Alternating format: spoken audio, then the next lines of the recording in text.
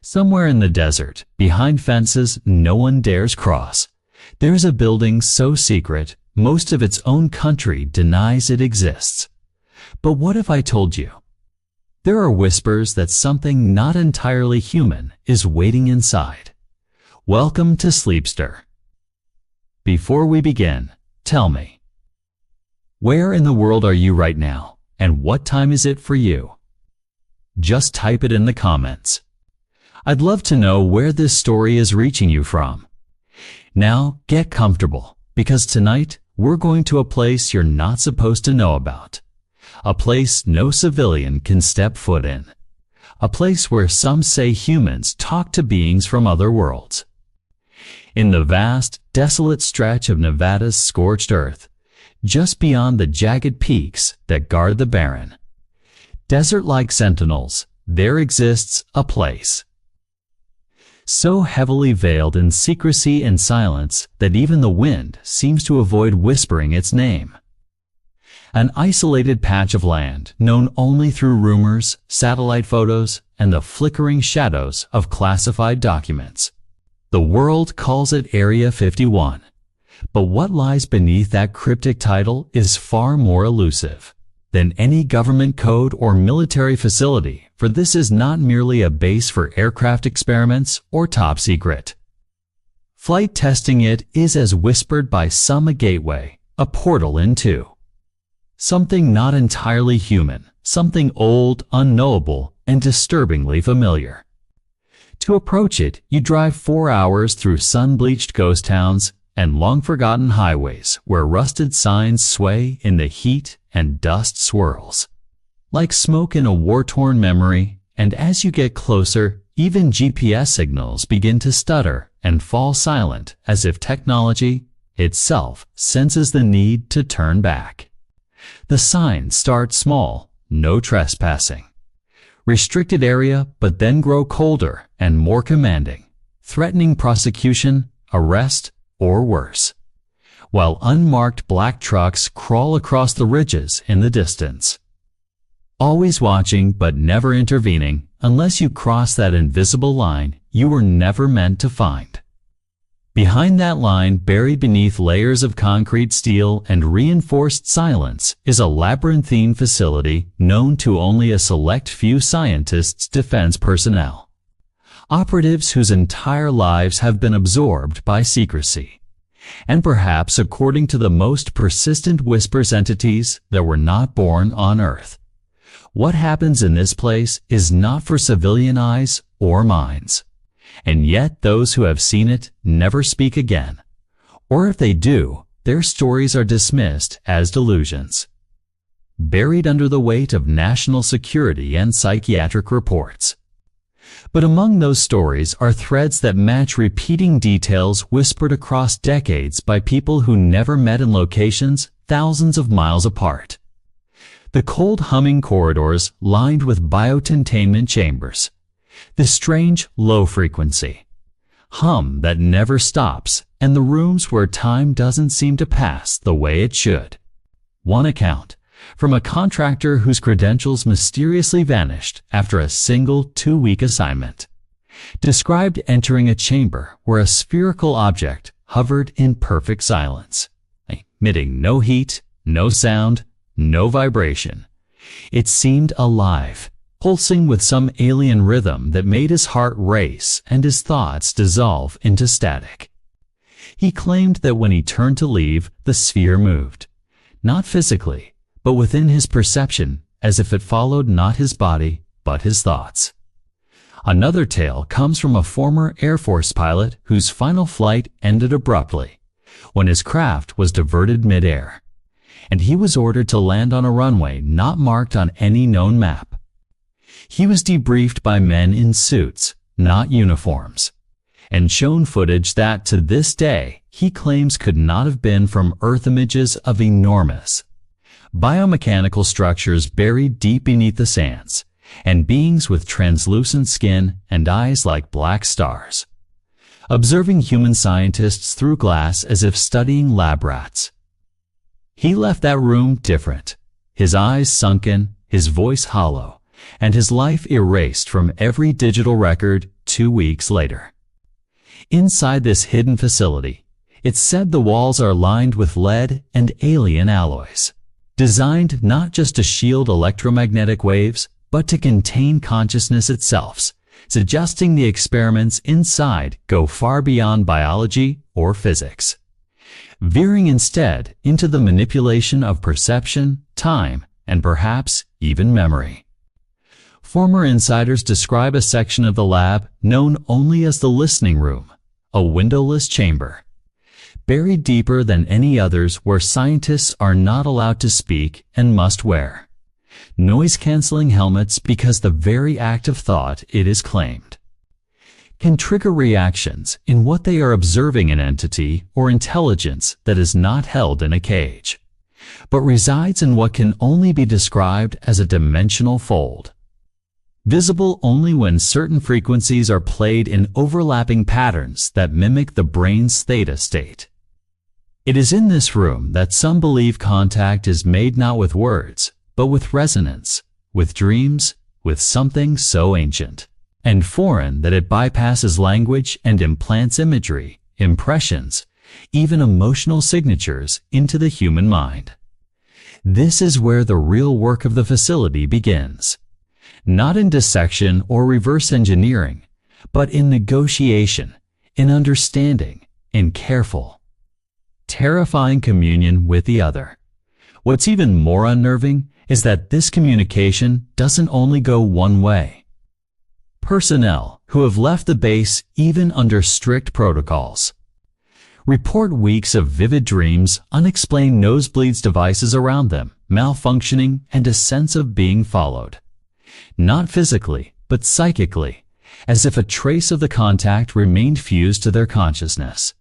Some vanish altogether, and those who remain are often left broken shells of themselves, unable to explain what they've seen, but unable to forget either. Deep within the bowels of this lab, there are also whispers of something called Project Echo Chamber, an initiative not meant to study alien life, but to protect against it, to contain it, not because it is hostile in a traditional sense, but because its very presence destabilizes human cognition, breaks the frameworks of how we understand time, self, and reality. These entities, if they can be called that, are not little green men. They are anomalies, living paradoxes that stretch the limits of what our brains are even capable of perceiving. They can appear as light, as geometry, as voices from childhood memories long buried, and sometimes as nothing at all except an overwhelming sense of being watched by something that understands you more deeply than you do. The lab is filled with containment units, but not all are physical. Some are neural, maintained through constant focus by trained individuals whose minds have been augmented to act as living locks holding these presences in place through pure cognitive stability. These guardians are never seen by regular staff and are rumored to be recruited from remote viewing programs or deep meditation cults, their identities erased. Their only job to think endlessly in specific patterns to keep what is on the other side from slipping through. And yet, despite all this, there are still accidents. Events that are scrubbed from logs, days that disappear from security footage, rooms that are suddenly sealed off and never spoken of again. Some say these are breaches, small cracks in the containment field where the beings push through, not out of aggression, but curiosity. One such breach is said to have occurred during a test involving synchronized quantum states, where every camera in the lab went dark for 3.4 seconds. When power returned, nothing appeared wrong. But the scientists present refused to speak, their eyes locked in unblinking terror, and each one was replaced the following week. What they saw, or what saw them, has never been revealed, and likely never will. But one of them, before being taken away, whispered to a colleague, "It's not outside, Uset's already inside." in the heart of the Nevada desert. Beyond the cracked roads and the endless sun-bleached silence, there lies a patch of earth so closely guarded it doesn't appear on any civilian map. Not in detail, not even in rumor. The perimeter is surrounded by layers of motion sensors, hidden cameras, and signs warning against trespassing under threat of force. Declassified documents, redacted almost to the point of nonsense, suggest strange retrieval operations dating back to the 1940s. Crashed objects. It's as if electromagnetic laws unravel in their presence. One room is known only as Room 0, where sound cannot be captured. Microphones record nothing. Lights dim without power drops. And inside, they say, rests the object. They're observers of something that may never allow itself to be known. The facility doesn't just hide alien life. It hides the uncomfortable truth that humanity might not be the dominant intelligence on this planet, or even in our own biology. Some now wonder if consciousness itself is a network one the beings navigate effortlessly, while we stumble through it with blind rituals and blinking screens. And if that's the case, then maybe they've always been here, not visitors, but dormant architects, waiting, watching, and now, perhaps, beginning to wake. Not a craft, not a machine, something older, something organic. It's been described as a seed made of pulsing material, slightly translucent, floating a few inches above the containment slab. No one knows where it came from, only that it's warm to the touch and causes dreams in anyone who sleeps near it. Similar dreams. The same ruined city, the same black sky with twin suns, the same whisper. We are not the first. People who dream of the object report changes in behavior afterward. One technician began drawing fractals compulsively. Another stopped sleeping altogether, claiming dreams no longer needed him. A third walked into the desert without water, never found. Unidentifiable materials. No, what reportedly happens is far stranger. The entities communicate in form, in temperature, in probability.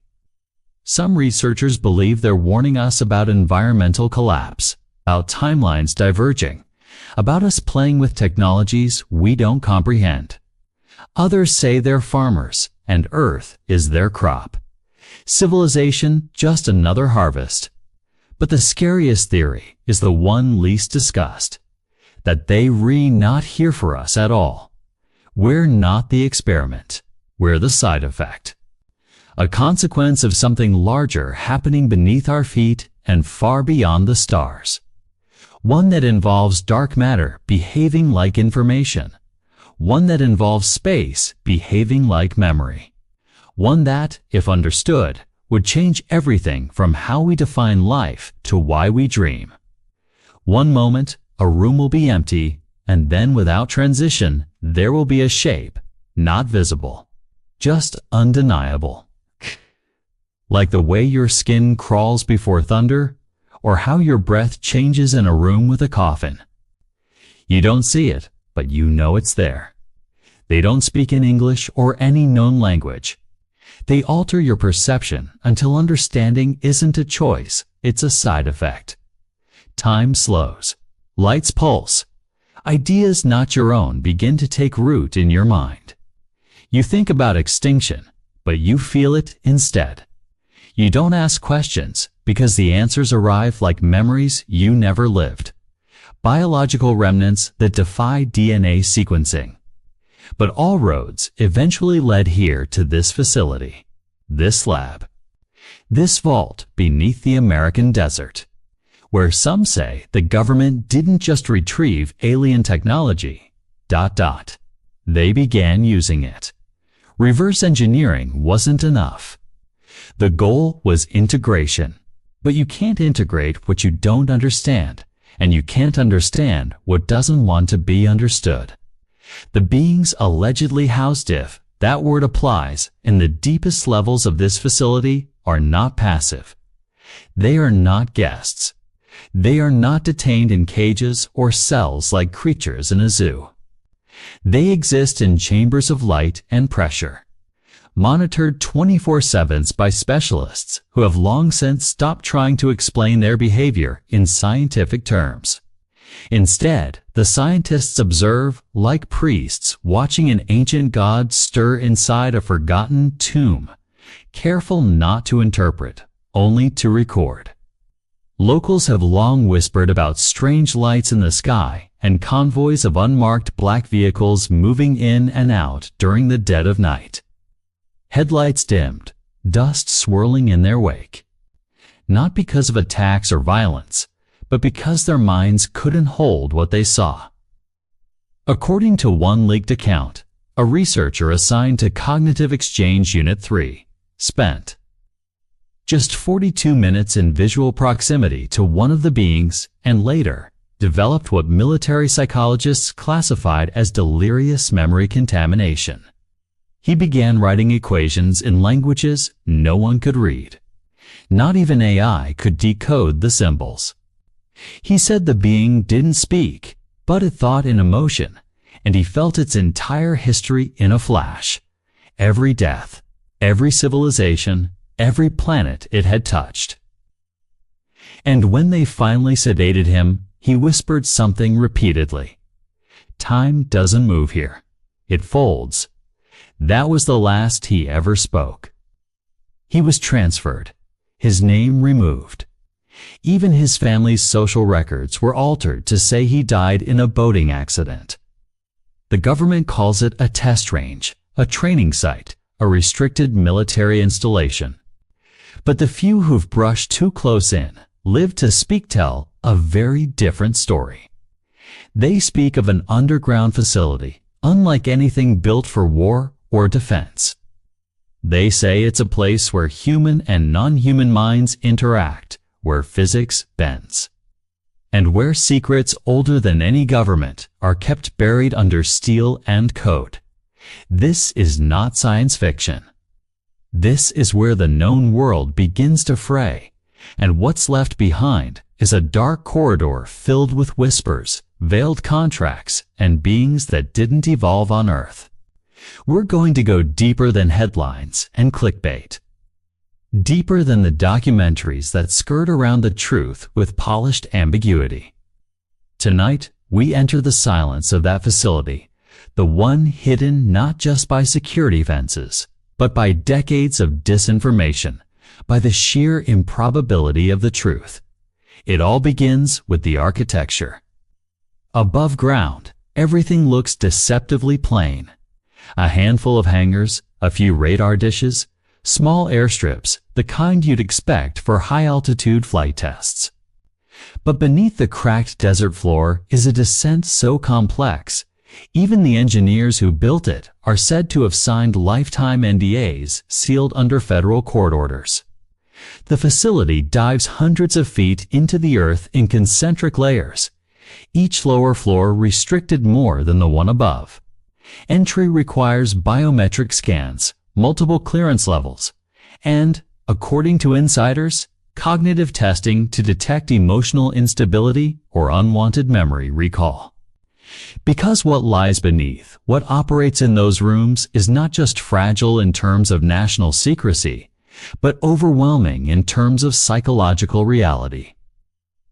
It's not just what you see down there, it's what you start to believe. The lowest levels are rumored to be shielded in special alloys to block all electromagnetic communication. Not for defense, no, but to keep what's inside from reaching out. To keep it isolated, controlled, contained. Some say the first encounters with these beings didn't even begin in this century. Some scientists didn't last long. There are more chilling details. Allegedly, some parts of the facility don't have cameras, not because of budget cuts, but because the equipment simply won't function. Now the human-alien interaction ICE&T, What people imagine no dramatic telepathic conversation or floating beings dispensing galactic wisdom. And what are they trying to say? What do they want? That is the part no one agrees on. This place, the facility, isn't just a lab, it's a threshold. And those who enter aren't just researchers. Beneath the layers of reinforced concrete, deep in the labyrinthine substructure of the restricted facility, the lighting takes on a strange hue. Not quite fluorescent, not quite natural, as if the air itself bends the rules of physics in subtle, unnerving ways. The walls seem to breathe not literally, but with the persistent vibration of unseen machinery embedded into the very skeleton of the structure. That term, so carelessly tossed around in movies and conspiracy forums, is considered laughably reductive within these walls. Strange audio files that cut off just before a key phrase or diagrams that resemble both sacred geometry and neurological scans. Entire wings of the underground structure are devoted to biocontainment, with layers of quarantine protocols so dense that even the staff who work in them rarely see the samples directly. Some are stored in translucent, gel-like suspension that glows faintly and pulses with slow, rhythmic patterns as though breathing. Others are frozen in absolute zero, not because they need to be preserved, but because when left unfrozen, they begin to change shape or emit low-frequency hums that make lab technicians nauseous or euphoric depending on the exposure. For every advocate who believes in open contact and integration, there are those who see these entities as existential threats to national, planetary, and even dimensional security. They are scientists, engineers, linguists, psychonauts each, trying to answer the question that has haunted our species since the first time we looked up at the stars. Are we alone? That beneath the protocols and layers of plausible deniability, there is a quiet panic humming at the edges of every experiment, that something has already gone wrong, and the effort now is not discovery, but containment. The doors are not just locked to keep others out, but to keep something in. And if not, what are they and what do they want from us? Some believe we are being prepared, slowly acclimatized to truths that would otherwise drive us mad. Others believe we are pawns in a larger cosmic game, our DNA altered millennia ago to serve purposes we can't begin to fathom. Still others more quietly suggest that the visitors are not external at all but projections from a parallel layer of our own consciousness, perhaps from a future iteration of humanity that has learned to bend reality the way we bend light through glass. Entire protocols have been written in the event of mass exposure, not only to prepare for societal collapse, but to deal with the psychological contagion of concepts too alien for the human mind to process. Concepts like recursive identity, where your past self and future self bleed into the presentor spatio-temporal overlays, where two moments in time coexist within the same physical space, requiring observers to interpret reality as a probabilistic flow rather than a linear sequence. These are not theories. These are observed phenomena in the interface chamber, corroborated by neurological data, yet still denied on paper because admitting them would collapse the fragile construct we call sanity.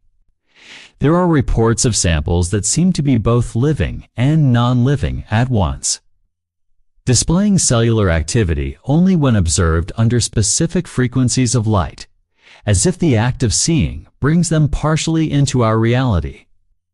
There are persistent whispers that time behaves differently in the chamber, that operatives have gone in for what seemed like minutes and emerged 3 days later with no memory of what occurred. They resist all forms of reverse engineering, and many do not function unless in proximity to certain individuals, whose neurological patterns appear to resonate with their operating principles. Rituals, though unofficial, have formed among long-term personnel, Some wear charms or carved stones with glyphs copied from the artifacts, claiming they bring clarity during data analysis. Others refuse to touch certain doors or sit in specific chairs, as if the facility itself has hot spots of energy, places where reality grows thin and other things can bleed through. One hallway on sublevel D13 is known among staff as the Tunnel of Whispers, due to persistent auditory phenomena, voices that speak in tongues not found in any database, calling to people by name even when they're alone. Some believe these machines are sentient in their own right, or at least react to consciousness, like a lock that only opens for the right kind of mind. One device in particular, known only as the mirror, is said to project not a reflection, but an image of the viewer's possible futures, though the longer one looks, the more the image shifts, cycling through outcomes that may or may not be anchored to this reality. Viewing time is strictly limited to under 1 minute. Longer exposure is said to trigger spontaneous fugue states, seizures, or irreversible psychological dissociation, only to spend weeks drawing spirals on the walls of their quarters or muttering prime numbers in their sleep. A few simply disappear entirely, their access badges found on their desks, their biometric logs suddenly corrupted, as if the facility itself had rewritten their history. The psychological toll is enormous, and those selected for such tasks undergo years of neurological conditioning designed to desensitize them to the fracturing of time, identity, and reality. They're often recruited from among those who already live on the fringes of human cognition's advance. Autistic geniuses, individuals with naturally high tolerance for dissociation or who've survived near-death experiences that left them ... different. The preferred nomenclature varies: visitors, interfacers, post-biological intelligences, but all serve as placeholders for entities that seem to defy taxonomy. Some reports suggest that the beings appear differently depending on who's observing them, as if their form exists in a quantum state and collapses into a shape tailored to the perceiver's subconscious expectations. Others claim that they don't appear at all, but are instead sensed an overwhelming presence that invades the body like a flood of data, felt more in the gut and spine than seen with the eyes. One former analyst, now retired and living under 24/7 surveillance, described it as like standing at the edge of your own death, but in reverses if you're being born into something that's not you, giving the impression that the building is alive, pulsing, aware of every step, every whisper, every stray thought that dares to drift in these hallowed halls. At this depth, the hum of human life fades into a distant memory, replaced by a sterile rhythm of synthetic existence. Here, access is granted only to those with the highest levels of clearance, whose every movement is logged, whose biological data is scanned constantly by sensors that track heart rate, retinal dilation, and even fluctuating emotional states, as if the place demands not just security, but unwavering emotional detachment.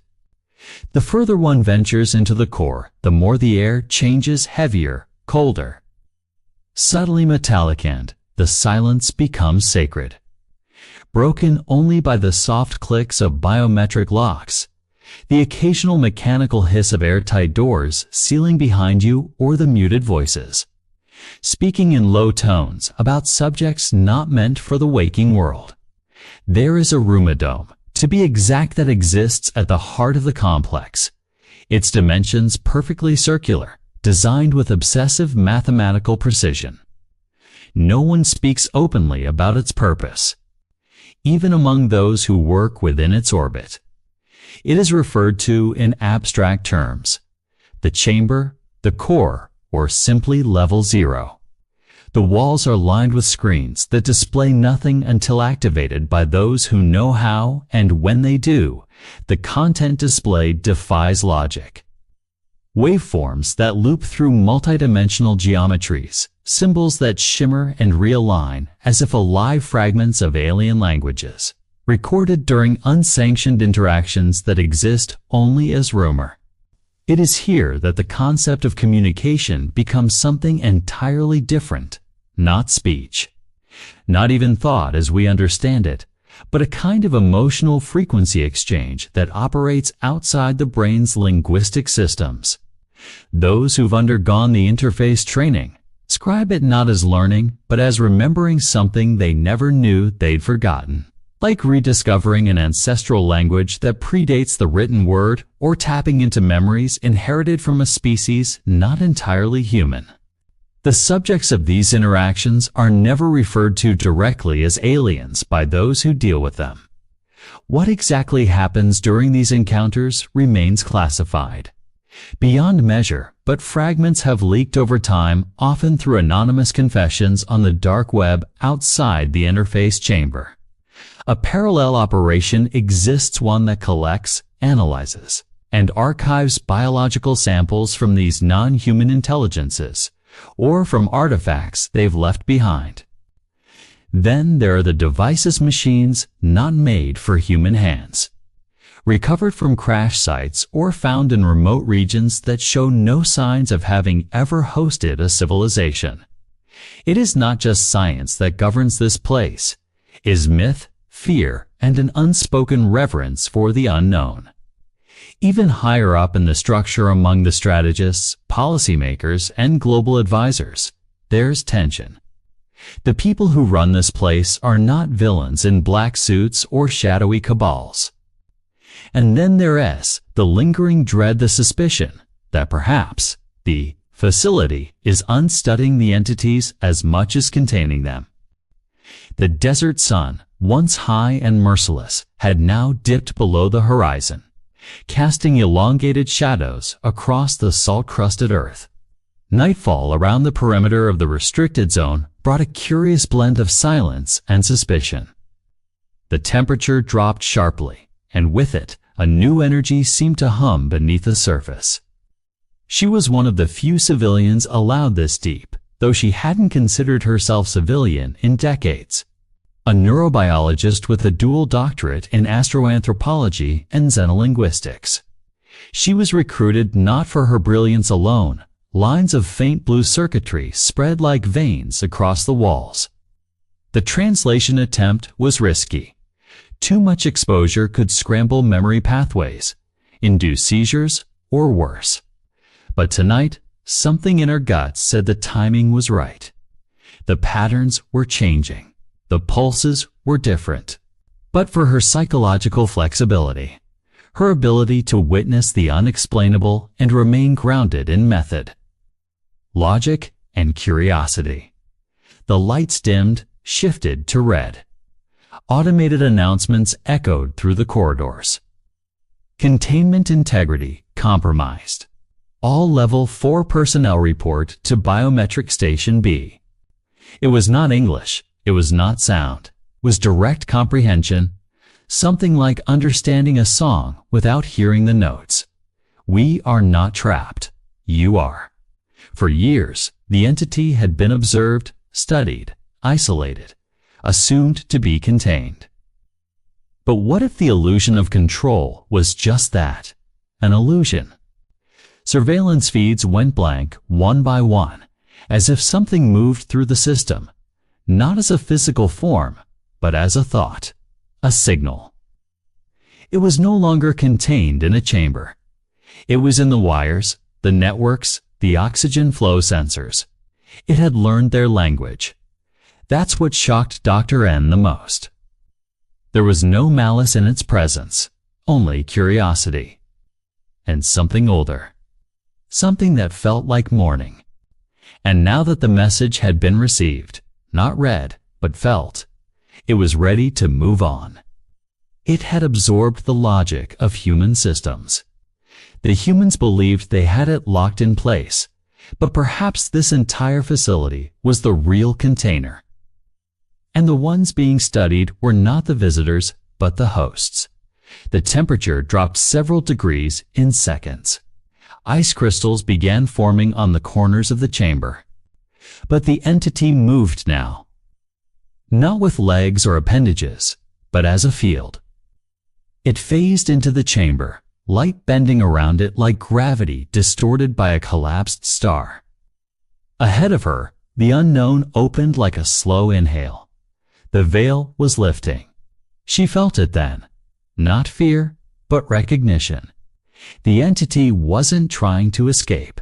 The fences, motion-activated cameras, and floodlights were only the surface-level deterrents. Not with codes or keys, but through frequency resonance. The walls literally vibrating at harmonic tones imperceptible to human ears. As the chamber opened, the air inside shimmered like liquid light. N had seen images of it only once. A structure theorized to be older than the Earth itself. Unearthed during a Black Ops dig in the Siberian tundra. In the center of the room, suspended in a zero-gravity cradle, was the subject. Not a specimen in the biological sense, but a presence. Dr. N herself had missing chunks of time she couldn't account for. Brushed off in the past as work-related exhaustion or minor blackouts. But now, a growing unease filled her. What if those gaps were moments of interference, adjustments? It resembled a biological entity only vaguely. Its edges seemed to shimmer as though light refused to settle on its form. It neither moved nor spoke in the traditional sense, but it communicated nonetheless, through electromagnetic pulses, through sudden shifts in atmosphere, through what some staff called dream bleed, a strange phenomenon in which those who worked too closely with it began to experience overlapping memories, scenes from places they had never been, languages they had never learned, traumas they had never endured. What truly kept the curious away were the rumors. Whispers about a deeper, darker truth buried under miles of reinforced steel and rock. Beneath the ordinary, within this hardened desert bunker, the rhythm of the unknown pulsed, silent, sentient, watching. Far beneath this restricted landscape, its sublevels not acknowledged by any government or public document, the complex unfolded like an underground metropolis. Level after level of sealed corridors, biometric doors, magnetic airlocks, and lightless tunnels hid chambers humming with technology not found anywhere else on Earth. Unlike the laboratories of the surface world, these facilities were not built solely by human hands. The engineering was partially alien in origin, both in idea and execution, and those granted access to these corridors had long since abandoned the illusion of being the dominant intelligence in the room. Dr. Alara N. walked silently down one of these hallways, her ID badge glowing faintly under the retina scanner. That confirmed her identity without words. As she entered the secure chamber marked S13A, the soundproof doors hissed shut behind her. Dr. N. stood before the entity and activated the neural interface panel embedded into the floor. As the neural translator engaged, a quiet voice, not external, but internal, echoed through her consciousness. A chill ran down her spine. The data logs from previous interactions had always been incomplete, riddled with corrupted files, inexplicable energy surges, and spontaneous amnesia among senior staff. Suddenly, alarms began to ring 3 levels above. Standard protocol dictated lockdowns only in the event of a breach, either physical or informational. N didn't move. Her gaze remained fixed on the entity, which now shimmered more intensely, casting shifting fractals of light across the walls. It was waking up, and it had been dreaming through her. Above her, chaos unfolded. In the command observation deck, agents scrambled to seal protocols, and it had found them, primitive, but not malevolent. The humans had tried to control a force they barely understood, not realizing it was not a prisoner, but a messenger. One of many. The security barriers meant nothing anymore. Inside the deepest layer of the complex, within a chamber never meant to open again, a new passage unlocked itself. The chamber beyond wasn't a room. It was a bridge. To what? Nobody knew. Dr. N stood on the threshold. Her body shivered uncontrollably, but her mind was calm, as if standing on the edge of a dream she hadn't yet remembered. Behind her, the alarms faded, and Earth ...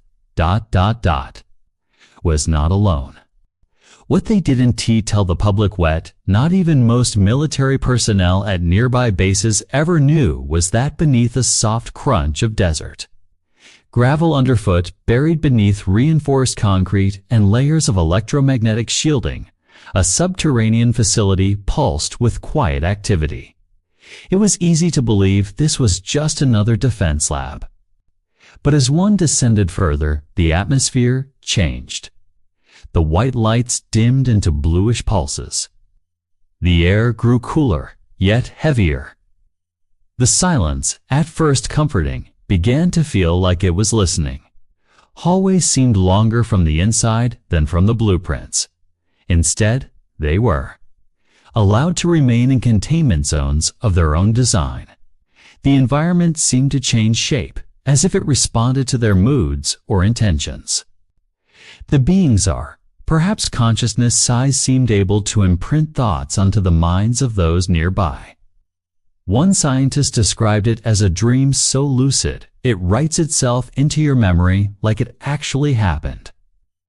He said he saw cities hovering in blue mist, biological machines grown like coral, and timelines splitting like tree branches under ice.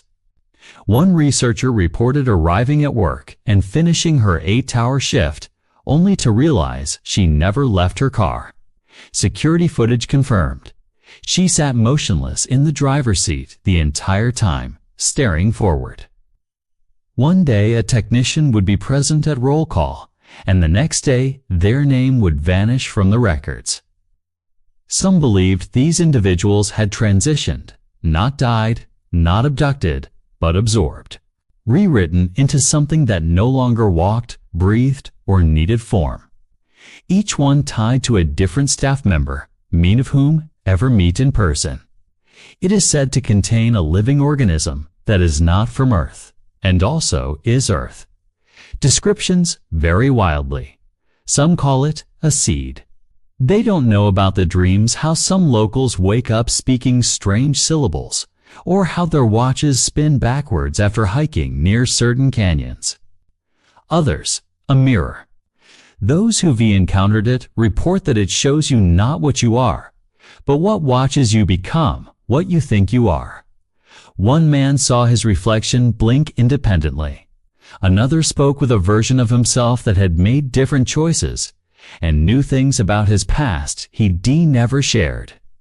One physicist theorized that consciousness itself was being mapped and replicated by the lab's central AI, guided by alien logic, and those absorbed had become nodes in a vast interdimensional memory structure. Their lockers would be empty, bed sheets untouched, personal effects gone. No announcement, no memorial. If you asked about them, people would look at you like you were joking or worse, lying. And yet, she recalled detailed experiments, conversations with colleagues, even filing her report. What she couldn't explain was why her report was found already typed, printed, and signed waiting on her desk before she ever entered the building. Not madness, exactly, but an emptiness. They stopped using their names, stopped referring to themselves in the first person. One head of neural interface development was overheard saying, "We do not belong to time," followed by, "We never did." He was placed on indefinite leave. Then he vanished entirely. And when researchers entered those zones, never alone. Always in threes, they were briefed on protocols that sounded more like rituals than science. No direct eye contact for more than 6 seconds. Unofficially, it was to prepare for a kind of awakening. Not an invasion, not a revelation, but shifting. A time when the layers between worlds would thin and humanity would face something older than fear. Their gaze was not one of hostility, but of confusion, perhaps disappointment. As though we had been expected to mature into something else, and didn't. No emotional provocation. No mention of origin, destination, or the transmission. Cameras would glitch. Footsteps echoed with a delay of something not quite in sync with our time. The researchers working there often wore noise-canceling headsets, not to block distractions, but to silence the voices. Some described hearing phrases in languages they'd never learned. Others said they heard themselves. But thinking thoughts they hadn't had yet. A sense of watching humanity not from above like gods, nor from below like monsters, but from the side. As if we were not a younger species, but an adjacent one. Separate, parallel, and perhaps in the way. Deeper than any missile silo, more secure than any government's vault, this was not simply a lab. It was a threshold. A boundary between what we call known and what has long remained deliberately forgotten. In this place, human curiosity had collided with something older and infinitely stranger than science itself. The outermost level of the facility was sterile and clinical rows of terminals. Fingerprint scanners, motion sensors, retinal identification checkpoints. At level 4, one would pass through what was called the transfer chamber. No one spoke inside it. The walls were padded with soundproof material that absorbed even the faintest whisper. Every time someone entered, they were instructed to stare at the floor until the chamber sealed, and the air pressure shifted. Some said it was just to decontaminate. Others swore they heard something. Pressing against the glass from the other side, a low thrum like breathing or thinking. It was on level 7 that things became truly unexplainable. There were no windows, but one could feel light bending strangely around corners. The subjects, what they referred to only as non-human biological entities, were not locked in cages or tubes as the movies would suggest. And yet, despite all this caution, communication had been established. Not with language in the usual sense, but through symbols, feelings, and image dreams that emerged during sleep studies. But what was more unsettling than the visions was what he felt.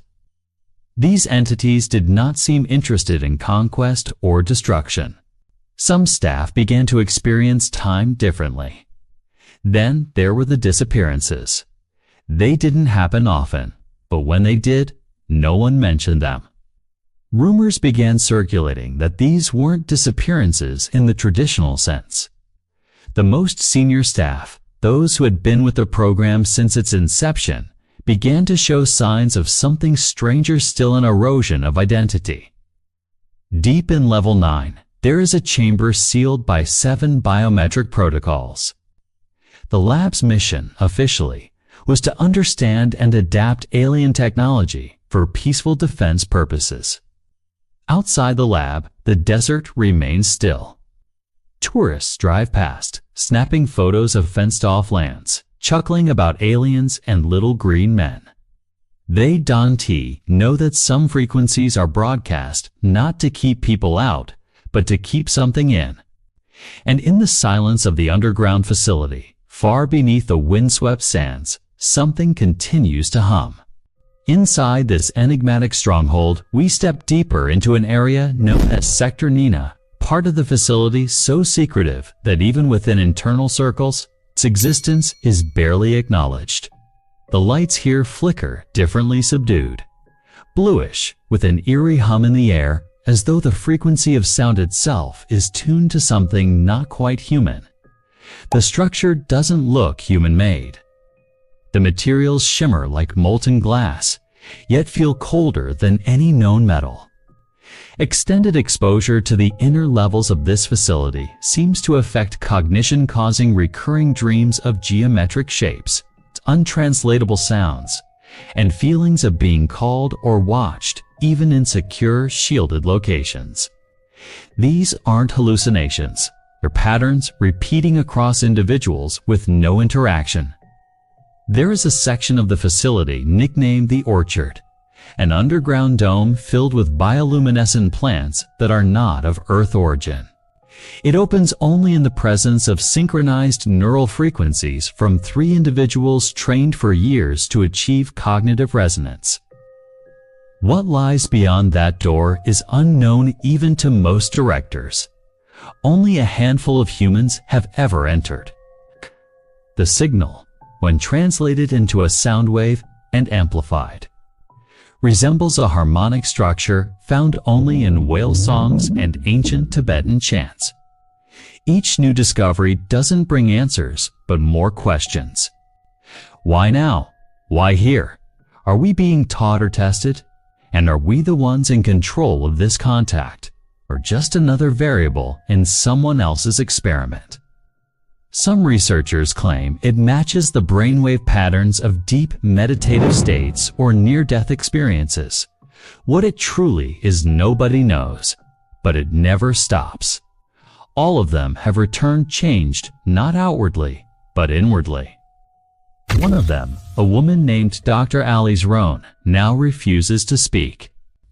She sits daily in a soundproof chamber, sketching spirals and symbols on transparent glass, over and over. A second subject, a man named Marcus Elgin, began speaking fluent Sumerian, despite never studying Atan-described structures buried beneath Antarctica that no satellite has ever revealed. He was taken off-site and has not been seen since. They pulse softly, each with a unique rhythm. Touching them sometimes triggers dreams. Some react to music frequencies. One plant, nicknamed Siren Vine, emits a sound no one can record, but everyone hears. It seems to vibrate directly with the nervous system, causing waves of euphoria or dread depending on the listener. In the Orchard, botany merges with consciousness studies. A few researchers believe the plants are not just alive, but aware that they are a form of collective intelligence. Possibly seated on Earth eons ago as passive observers, now beginning to act. The personnel who begin exhibiting these traits are reassigned, monitored, and sometimes quietly removed. A hidden room referred to only as Chamber Theta is reserved for debriefing these affected individuals. Systems occasionally fail in precise patterns as though testing responses. Experiments yield results that change upon repetition, defying the laws of scientific predictability, as though being watched by a willful observer. Some data disappears, completely not erased, but removed, as though it never existed. One cryptographer described the encryption found on a recovered artifact as alive, not in metaphor, but literally reacting to attempts at decryption by changing its own code structure in real time. It laughed once sobbingly when a brute force hack was attempted. No one outside high clearance intelligence has ever seen the transcripts from those sessions. But insiders whisper about confessions that speak of understanding structures behind reality and entities that do not see time the way we do. Inside, strange light patterns move across the walls like projected constellations. But they shift too quickly, too purposefully, to be random. All of it serves as a kind of camouflage, a way to keep the truth hidden in plain sight, wrapped in noise. They do not work for any military or intelligence service. These are powerful individuals from biotech firms, quantum computing think tanks, private aerospace contractors, and ancient fraternal societies with roots that predate modern nation-states. They fund, steer, and benefit from the facility's discoveries. Their goal is not to share alien contact with the world, is to weaponize, privatize, and ultimately profit from what they believe is the next great leap in power. The ability to shape matter, time, and consciousness through non-human technology. Inside restricted subchambers, scientists are experimenting with devices that generate gravity fields, zero-point energy modules, and biological enhancement protocols that alter DNA without known side effects. Yet, more no side effect. Yet, more no side effect. Yet side equi, inside. Restricted subchambers. Science 80, more no side. More no side. More no side. Deaf dying no side. More no side. My no side. More no side. My wall I cord. I'm my eye wide. We are all eyed. I go by we is so much to be so way to koi we so at to we sa gat to me be a cause it's a great it's I light eyes to list to I to the guy I that's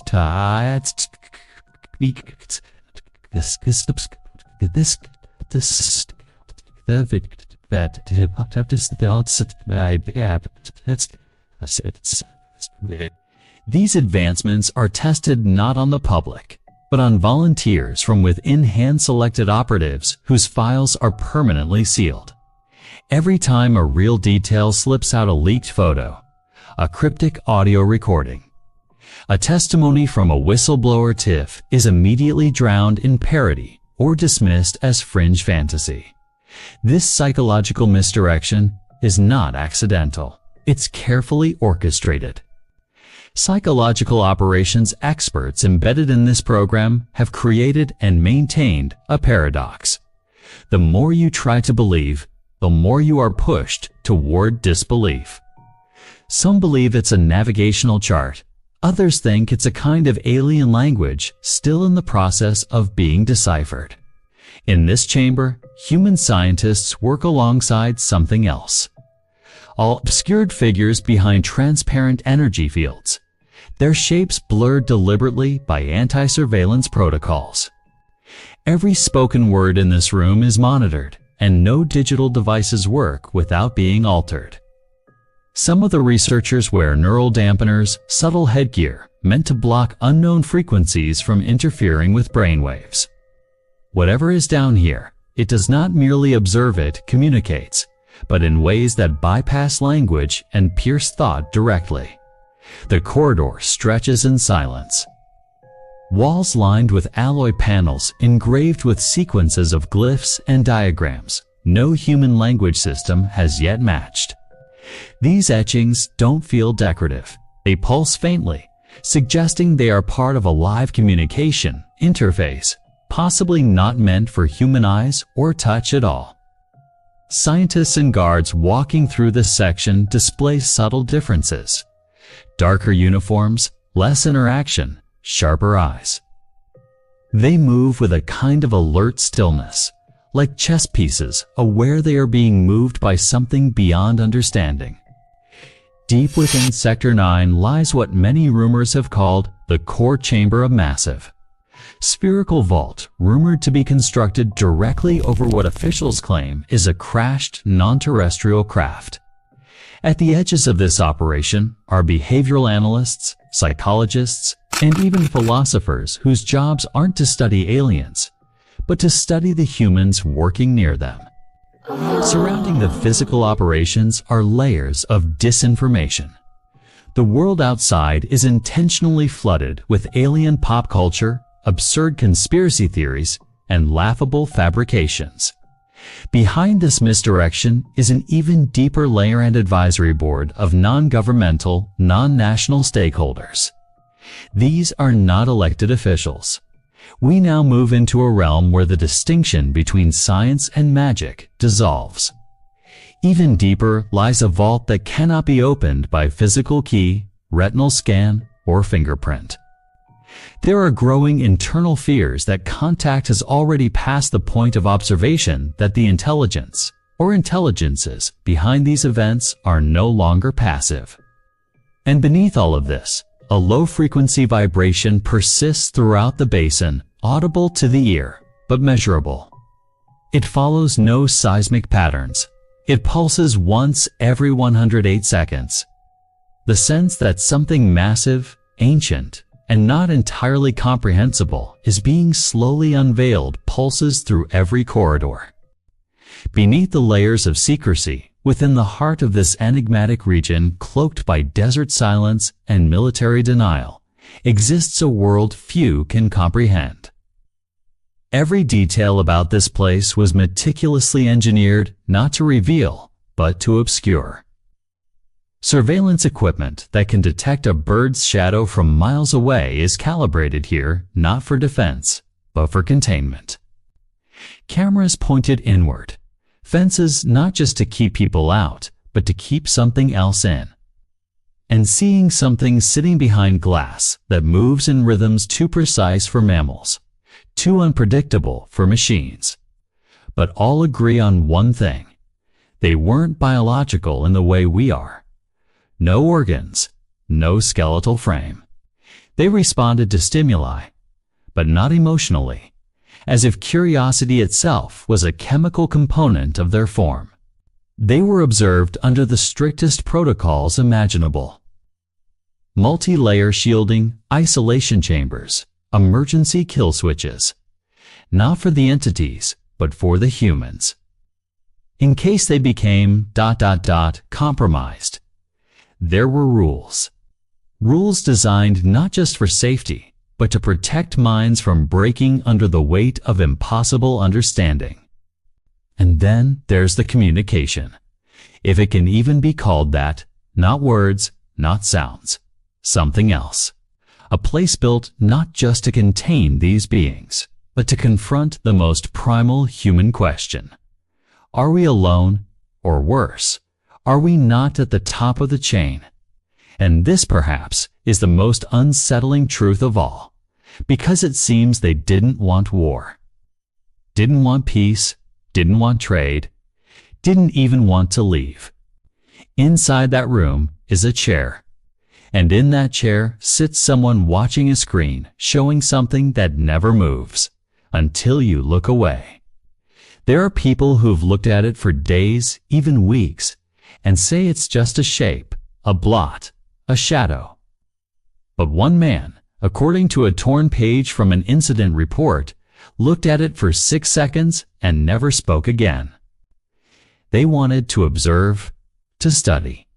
And most chillingly, they wanted us to know that they were studying. Transfer of thoughts. Not through sound, but direct perception.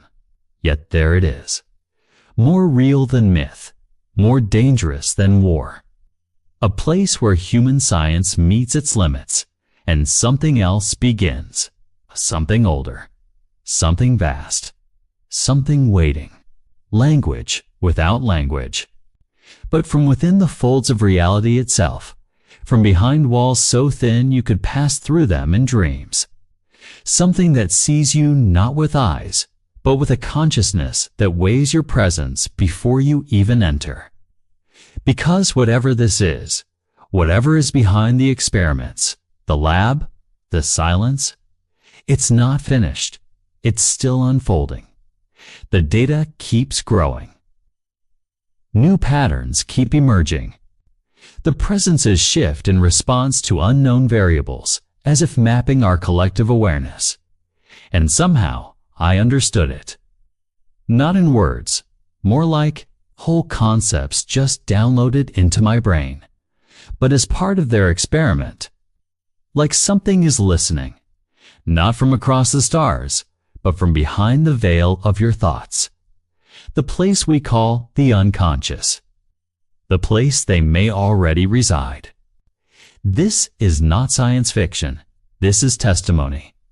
From insiders, one physicist began painting in symbols he couldn't explain.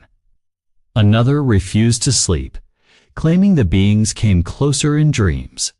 Security logs indicate multiple cases of spontaneous personnel transfer requests, but no records exist of those requests being approved or denied. Only silence. From men and women who entered that room with clearance levels higher than generals and came out never speaking again. Or speaking only in fragments, with eyes hollowed by things that could not be unseen. According to scattered notes and confiscated memos, they've been here. Some suggest longer than us, not visitors from the stars, but something deeper, older, residing within or beneath the very structure of what we think reality is. And their appearance, their contact, wasn't necessarily a breach. It was an opening, something we triggered or were allowed to trigger, as if they were waiting. And not all fences are made of steel. Some are made of silence, others of disbelief. Inside these unmarked buildings, many stories begin the same way, with a transfer. Scientists, linguists, mathematicians, neurologists, individuals with top-tier credentials recruited without ever fully knowing what they were stepping into. Not officially documented nor acknowledged, yet passed along through quiet nods in dimly lit hallways. This lab, unlike any research facility on Earth, wasn't studying viruses or nuclear weapons or climate systems. It was studying intelligence of non-human origin. Not machines, not simulations. Sentient thinking. Thinking beings whose very biology defied human understanding. Not just smarter than us, fundamentally different. Most had no idea they would never return to the normal world again. No phones, no internet access, no personal contact beyond a highly monitored network of approved personnel. Every aspect of their existence became confined to a space where reality itself blurred, twisted, and rearranged. It was here that whispers of the lab first emerged. Imagine walking into a room no bigger than a classroom, sterile white, lit by an uncomfortable overhead hum. Their descriptions vary. Some call the beings presences. Others say they resemble things from the deepest corners of dreams. One former technician, under heavy disguise in a rare off-record interview, described it like this: "It wasn't speaking to me, but I knew what it wanted me to understand." Inside the lab, these encounters weren't casual. Psychological collapses were frequent. People would leave the rooms with seizures, sudden amnesia, or strange shifts in behavior. And the strangest part, these entities weren't new arrivals. You begin to realize the true scope of the lab is not spatial, but psychological. To those who worked here, the question changed from "Are they real?" to "What do they want?" This wasn't first contact. This was notification. A notification that we were being watched, not by telescopes from distant stars, in the deepest restricted zones, where digital records are overwritten hourly and no signal escapes the walls. There's a room. The document ended with one line: "No light escapes the void, not even thought." And still, ... they keep watching. We keep watching. Which leads to the final, most disturbing implication of all. What if the lab isn't observing the entities? You begin to feel it. That uneasy pull in your chest. And so the lab continues, hidden in the desert, denied by the government, dismissed by logic. And beneath that eerie silence, beyond the keypads, the badge readers, the manned checkpoints that trace back to no public record. Something even more obscure pulses in the underground arteries of this hidden place, because not all entities down here are bound to linear time. Some reports suggest the presence of anomalies that glitch surveillance in real time, not because of technical failure, but because whatever they're trying to record doesn't conform to consistent physical laws. They're temperature controlled, not to preserve life, but to suppress it. Witnesses describe these units as encased in something resembling translucent resin. Inside, figures are suspended. Humanoid, yes, but not human. Elongated limbs, tapered torsos. No visible ears or noses. It requires a synchronized three-man authentication, each holding a separate access key that must be inserted within 7 seconds of each other. At first glance, they appear as static, but processed through proprietary quantum linguistic filters. They form patterns. Messages, possibly, but not in any language that's ever existed on Earth. A tone that reportedly induces nosebleeds in 13% of staff, and unexplained emotional reactions in nearly half. This room contains no technology, no furniture, no lights.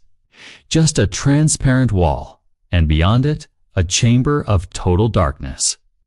Inside that darkness is something that isn't registered by cameras or sensors. It simply is. Some say the room contains the original object recovered in the 1940s. The one everything else was built around. An artifact, or maybe even a living intelligence.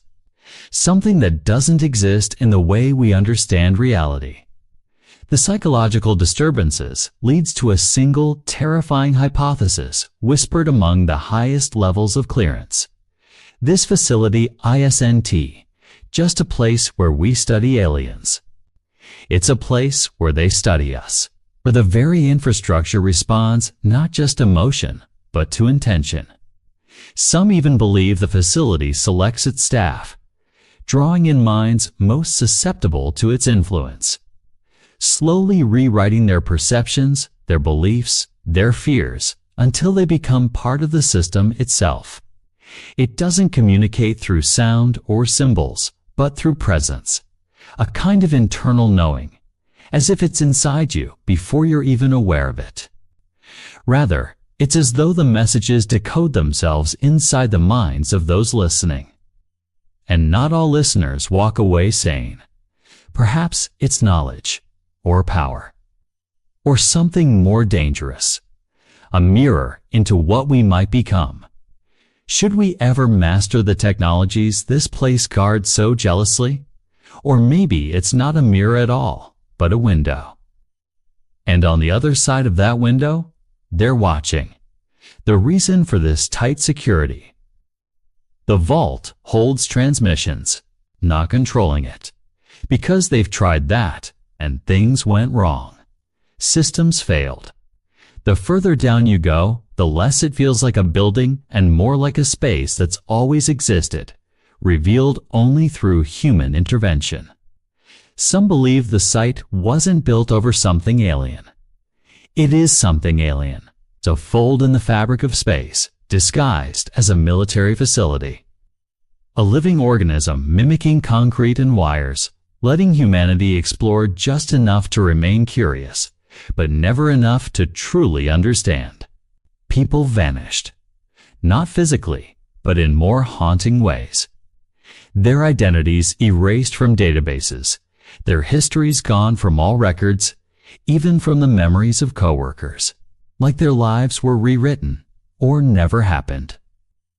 Another began drawing concentric patterns obsessively on every surface he could find, matching exactly the magnetic field schematics of black holes. None of these individuals had any exposure to those subjects before, and their eyes, said to be deep, lidless, and completely black, don't reflect light so much as absorb it entirely, like seeing a staircase where none exists, or feeling a room stretch indefinitely, even though you can walk across it in seconds. Time doesn't hold here, in the usual sense. Clocks reportedly fall out of sync with each other. Watches speed up. Messages appear on screens before they're typed. One engineer reported receiving an email reply 5 minutes before he sent the question. One security officer, now retired and relocated to an undisclosed place under federal supervision, spoke under distortion in a rare leaked interview. Sensors in the room indicate a baseline energy emission consistent with quantum resonance patterns, suggesting a form of consciousness that isn't biological but vibrational. Some believe what lies within these containment units is not the bodies of beings, but vessels, suits perhaps, or interface avatars designed for interaction in our dimension. He said, the tape ran fine, until it didn't. And when it didn't, the walls bent. The walls, they bent inward like breath. Picture this. A tunnel dug so deep it scrapes the forgotten strata of the earth. The walls lined not just with cement and steel, but with an alloy composite unfamiliar to any civilian contractor. Inside this buried spine, sealed doors open only with biometric data that isn't entirely human. The corridor beyond hums, not with electricity, but with something that sounds more alive, like the internal rhythms of a creature sleeping under the crust of the world. As the lighting flickers faintly in pale blue tones, reminiscent of the deep ocean or distant stars, cameras blink to life, tracking movement, or at least something that seems like movement. Further into the complex, past the medical bays and artificially controlled oxygen zones, there are rooms with no markings, doors with no knobs, and passageways that appear only under certain lighting frequencies. Military-grade operatives, hand-picked from elite units, are reportedly rotated through the site every 90 days, not because of risk, but because of exposure. The longest anyone has remained inside without experiencing psychological dissociation is 92 days. After that, personnel begin showing signs of time hallucination, memory loopbacks, and a peculiar phenomenon referred to in internal memos as temporal leakage, when the subject speaks of events that have not yet occurred. What could cause such mental fragmentation? In a lower chamber, referenced in one document simply as sublevel theta, lie containment units unlike any holding cell used for biological specimens. These aren't living beings in the traditional sense, at least not anymore. And it's not just about what's stored here, it's about what's been received. Beyond sublevel theta lies another zone, referred to internally as the debriefing vault. No single human enters this space alone. These transmissions, intercepted, not sent, arrive in modulated frequencies that match any known bandwidth used by human technology. One analyst, during a 48-hour debrief, kept repeating a phrase that made no sense to linguists, but matches the rhythmic pattern of ancient Mesopotamian prayers. And perhaps most chilling, every transmission begins with the exact same harmonic tone, consistent across recordings and years. Still deeper in the facility, though access records here are even scarcer, there are reports of an observation chamber. Some call it the core. And everything in the facility, the experiments, the studies, the simulations, all of it revolves around understanding this presence. There are layers to this place, not just physical, but conceptual. Researchers have referred to moments inside as conceptual bleed, when the mind perceives structures or environments that aren't physically present. All of this, the transmissions, the entities, the containment chambers, not employees, not observers, but components. And yet, despite all this, despite the risks, the disappearances, the unanswered transmissions, operations continue. Because something about what lies here cannot be ignored. Even as dawn stretches across the Nevada desert, the facility remains untouched by the light of the sun, hidden in plain sight beneath layers of reinforced earth, steel, and secrets. Surveillance towers peer out like silent sentinels across a barren wasteland. It's not wide, but deep, a vertical shaft descending like a well into the planet's crust. The files say one thing, but the stories passed between silent lips say another, and translate ideas transmitted as sensations, flashes of heat, geometric patterns, gravity shifts, or auditory illusions that sound like overlapping voices speaking in reverse. The lab calls this experiential data. It's information that can't be written down or filed, only felt. These items, fragments of ships, devices that defy gravity, alloys that realign under stress, are not stored as trophies. Many who work here are not American. They are selected from across the globe, each a specialist in a scientific discipline that no university offers. The hiring process begins with a dream, literally. Potential candidates report recurring dreams of specific symbols, locations, or phenomena. Then a recruiter appears, usually within weeks. That evolution, consciousness, and even time itself might be borrowed. The entities never threaten. But neither do they comfort. They observe, sometimes replicate behavior, but always remain just beyond comprehension. When asked if they come in peace, they respond not with yes or no, but with visions. One scientist described seeing Earth from 1 billion years ago, inhabited, burning, raw.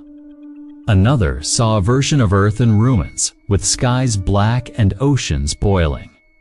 A third saw no Earth at all, only an endless white void with a single spinning shape in the distance, a tetrahedron made of light and shadow. From there, the individual disappears from all databases. Whatever lives inside Echo's cell, whatever waits in the dark silence between stars, it knows we are here.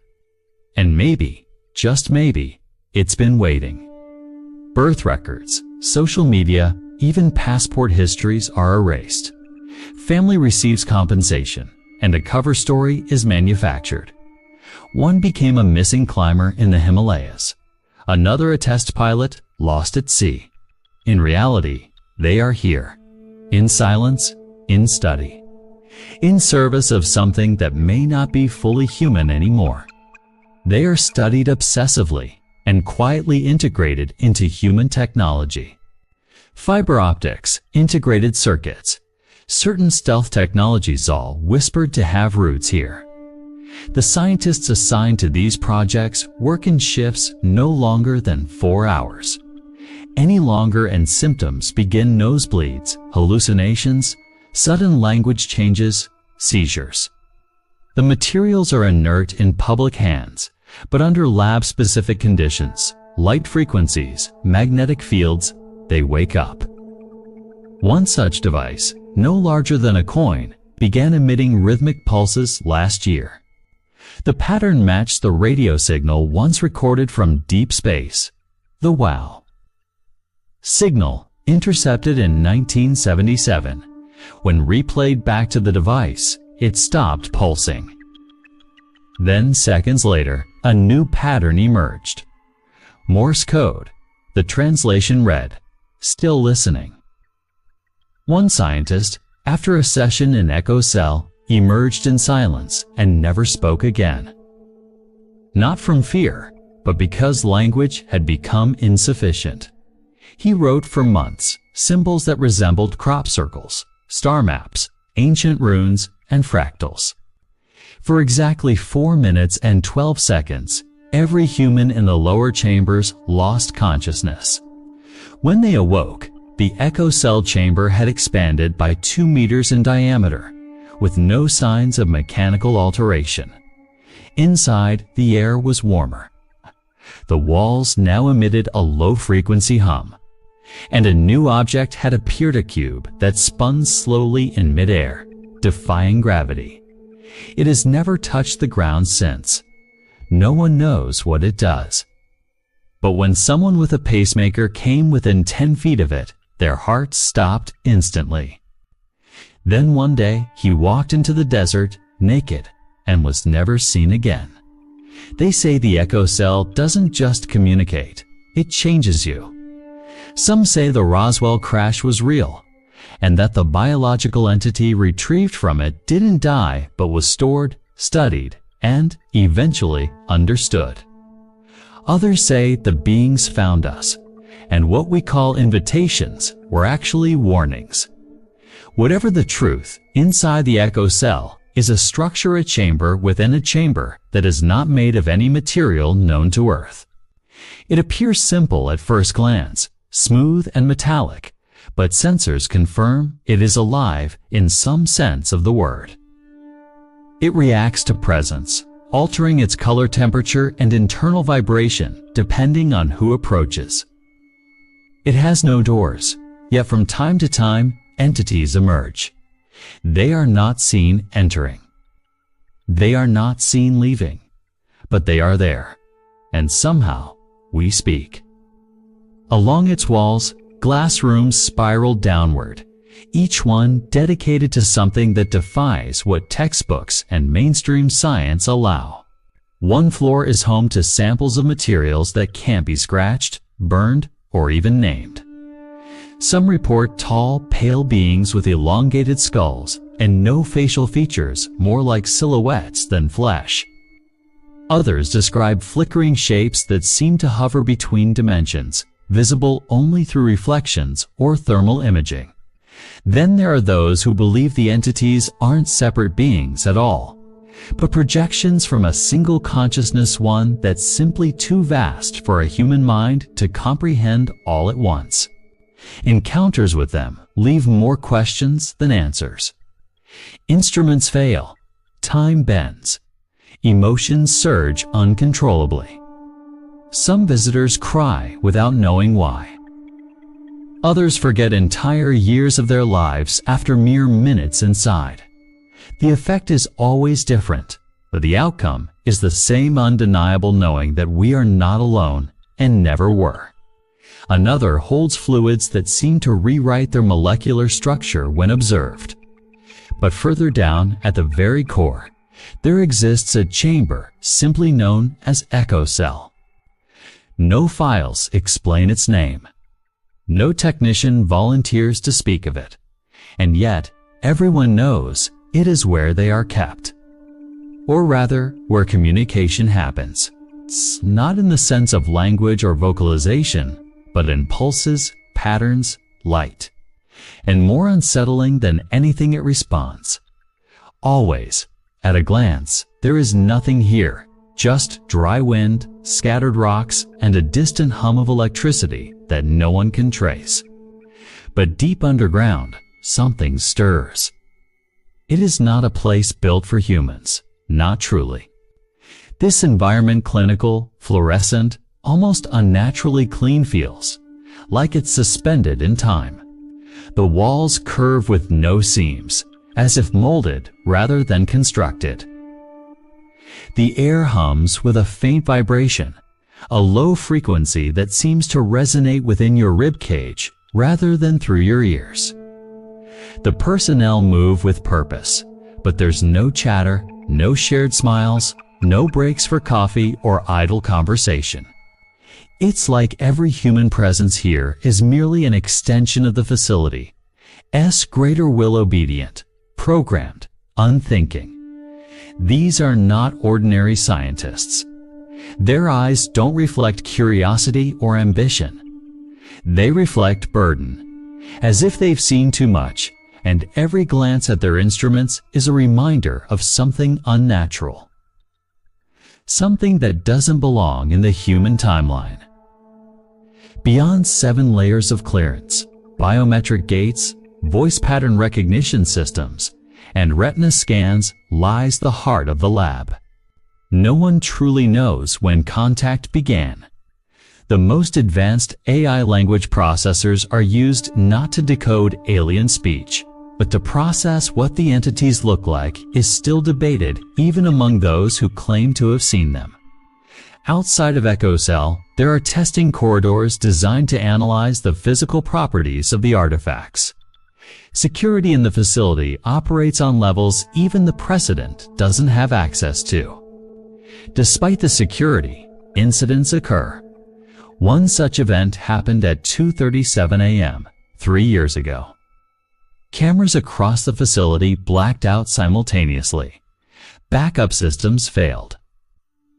As knowledge accumulates, so does fear. Not fear of attack, but fear of truth.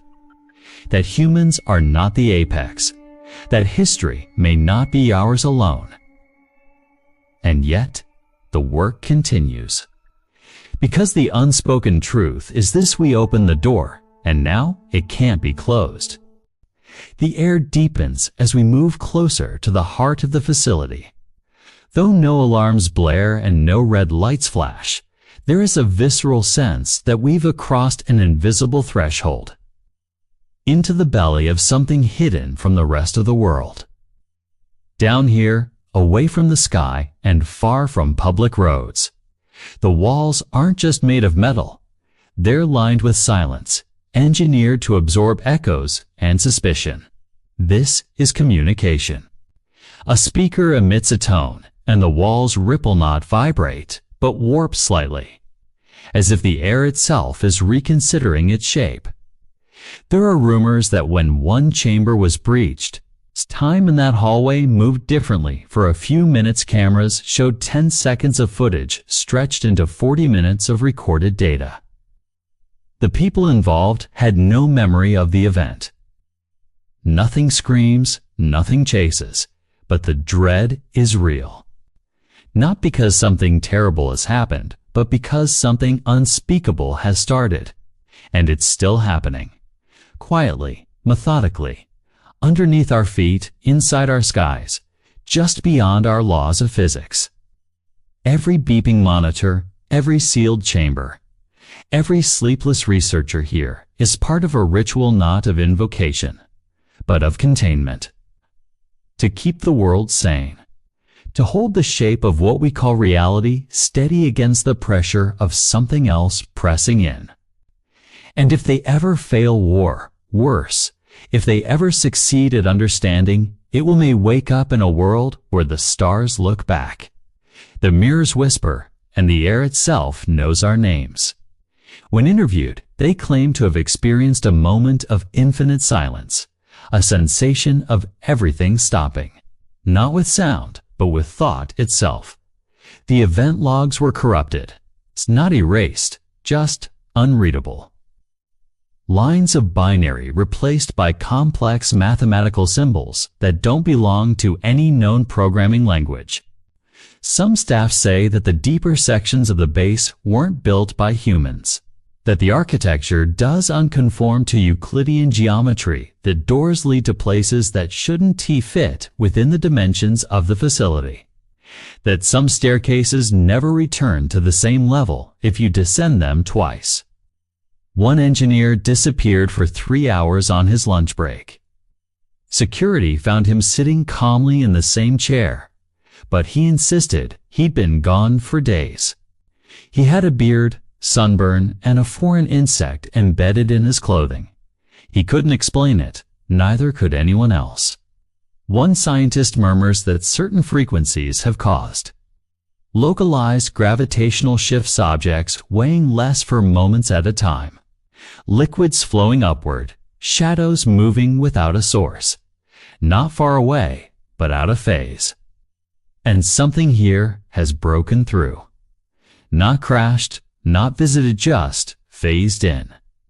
It might have always been here, sleeping in some quantum fold between the atoms of our world, and now it's awake.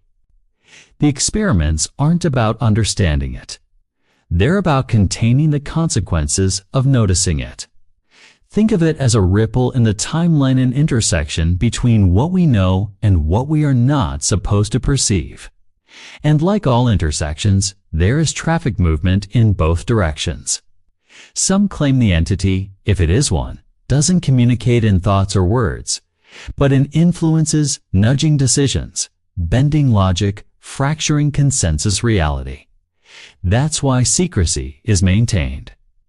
Not because of public panic, but because the moment too many people believe it's real, it becomes more real.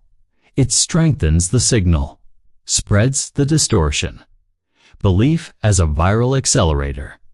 So the truth is hidden not in vaults, but in forgetfulness, in disbelief, in noise. Another lab focuses entirely on biological interactions. They aren't testing alien tissue, they're testing ours. How we change when exposed. How our cells react not to infection, but to proximity, how mitochondrial activity doubles, triples, then collapses in sudden synchronized failure. They say the cells remember something, even after isolation, like exposure to the unknown imprints, a permanent signature. Immune responses mutate. Cognitive response, time slow. Dreams become indistinguishable from memories. Some test subjects report speaking languages they've never studied, languages no one can trace. Others develop new fears, irrational but specific, like a terror of spiral shapes or reflections that don't mimic their movements, but not with each other, with something else.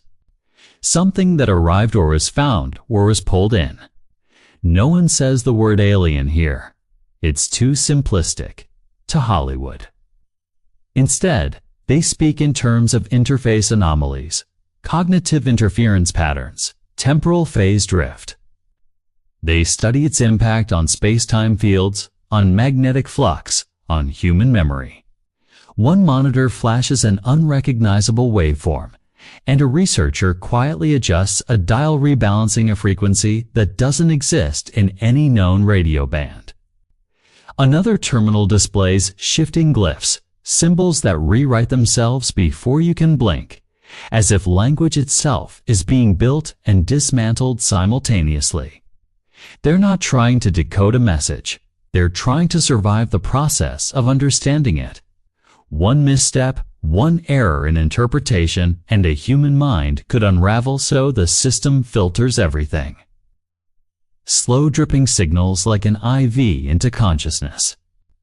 Still, there are reports of personnel who developed mirror sight, who began to see events before they occurred, or who claimed to hear thoughts that were not their own. The lights hum with an artificial stillness, casting sterile blue reflections across titanium doors that open not with keys, but biometric pulses, fingerprints, retinas, DNA sequences, perhaps even something stranger. The corridors form a labyrinth, not just of infrastructure, but of ideology, and somewhere amid this maze, the real experiments begin.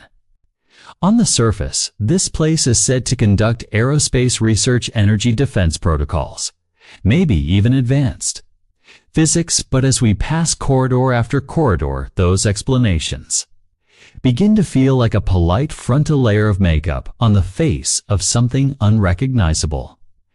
Everything here seems to whisper that the real work is something else, something far older or far newer than anything in textbooks. The deeper you go, the more it starts to feel like you've exited the known sciences entirely and entered a chamber of speculation made real. We come upon a room without markings, no room number, no department label, not even a hazard symbol. Just a smooth, matte black door with no handle. It slides open, not with a press, but as if it senses proximity, like a living organism granting temporary passage. Inside is a dark chamber filled with angled glass walls.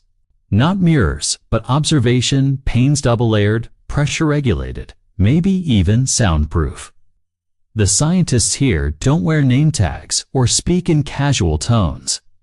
Their coats are unmarked, their movements precise.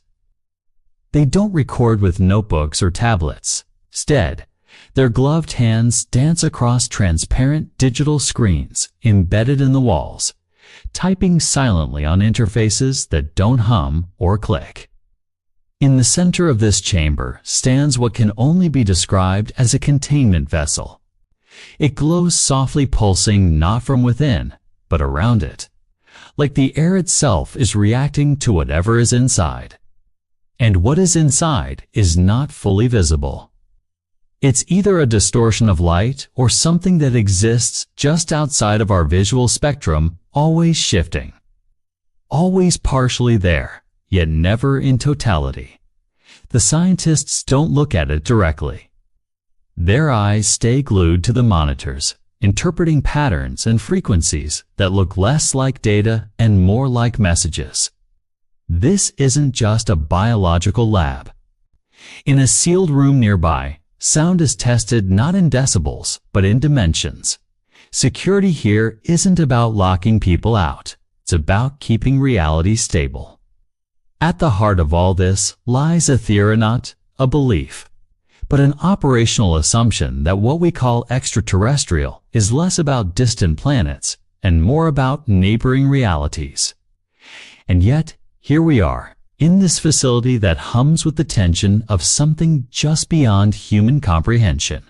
And so we descend further into the strange corridors of this isolated base. Tucked deep in the Nevada desert where the sands blow like whispers and secrets settle in layers over time. Where the roads leading in seem to vanish behind you, as if even the land wants to erase your steps. And here, under this dry and empty sky, lies a facility hidden in plain sight, spoken of in low tones by those who have seen strange lights above the hills and heard low hums that do uncome from engines they know. A place surrounded by layers of fences not just made of wire and metal, but of denial and silence, and within its walls. There's a world so far from our understanding that calling it simply a lab feels like calling the ocean a puddle, because what pulses inside isn't just research or machinery, but something altogether older, stranger, and more alive. And as we enter the lower levels, the lights become dimmer, more surgical. The kind of light that docenti wants you to see too clearly, but just enough to navigate. Just enough to sense that this space was not built for comfort, but control. Control of what exactly is hard to say, because the further we move in, the more the air feels like it's pressing inward, not out of temperature, but presence. It's as if we've entered a place where thought itself is being monitored and shaped. And through these long halls are doors with no handles, some marked only with symbols not used in any earthly language. Spirals and fractals that seem to change shape depending on where you stand. And behind one of these doors lies what they call the chamber. A space no wider than a classroom, yet filled with silence so deep it drowns out your heartbeat. And in that silence sits a glass wall that does not reflect, only absorbs, and behind it, something, someone, watches, not moving, not breathing in any way we understand, but aware in a way that feels colder than ice and heavier than gravity. And the being behind that wall does not look like any drawing you've seen in pop culture. It is not small or gray or cartoonish, but tall and shifting and coated in what might be skin or metal or light, depending on how your brain decides to interpret what your eyes couldn't quite handle. And the scientists, if we can even call them that anymore, stand in rows with tablets and suits, more like armor, whispering in code and noting things not in English, but in a layered script that seems to write itself as you read it. And it is said this creature, this presence, came not in a crash, but in a gift. Not given, but left long ago in the cold arms of space. Retrieved during a mission that never made the news and returned not to celebration, but to suppression. And ever since then, the entire facility has bent around it, orbiting this one room like a sun of secrets, where communication, docenti, happen with words, but with thoughts so dense and fast they shatter minds not trained to receive them. Thoughts about mathematics that folds on itself, about memories that are not ours yet feel familiar, and about a warning, always a warning, of something coming, something large and old, and not cruel but inevitable, like gravity or time, and those few who have been chosen to interact with the being deity return to the surface the same. They walk differently, not limping, but with purpose, like every movement is calculated against a future only they can see. And one man in particular, Dr. Caleb Hart, was the first to truly bridge the gap. A neurologist turned theoretical linguist who once believed consciousness was just a function of biology. but now believes biology is just a prison for something far more vast, and in his writings, which were buried, then leaked, then buried again. He described the entity as a reflection of what we could become if we survived ourselves. And in his final interview before his sudden disappearance, he claimed that the alien wasn't studying us in the way a biologist studies an animal, but in the way a parent studies a child, not to test, but to teach. And what they were trying to teach was how to think beyond war, beyond fear, beyond the ego that makes humanity believe. They are the center of the narrative, and this is where the fear began within the military. Because an entity that teaches peace is more dangerous to power than one that brings destruction. And so the project was split. One half continuing the contact, the other developing countermeasures. As if preparing for a war with something they already housed in their basement, and strange things began to happen across the facility. People forgetting large chunks of time, security footage showing rooms full of staff suddenly empty for 3 minutes at a time, clocks that refused to move while inside certain areas of the base, and most disturbing of all, a dream, or rather, the same dream, reported by dozens of staff, of being underwater in a great dark sea, surrounded by towers of light, and a great dark sea, surrounded by towers of light by 2 hours, surrounded by it, by I relied, by semide, by graiamakamai, ha my by mala kukaba ritata skak with it you kicked to papa kalibika the kikri takata tapu and I do the way smooth type and so that this is a but pada who would because some because it is some and in that dream, they always awoke with a phrase in their minds, always the same. Always in a voice, not their own. Remember what you are. And soon those who reported the dreams began to draw. Even those with no artistic skill, they drew eyes, circles within circles, and strange figures that seemed to overlap with each other like layers of time stacked into a body.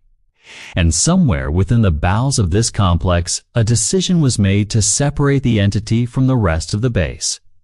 Not by distance, but by layers of dimensional insulation built not just with steel, but with magnetism.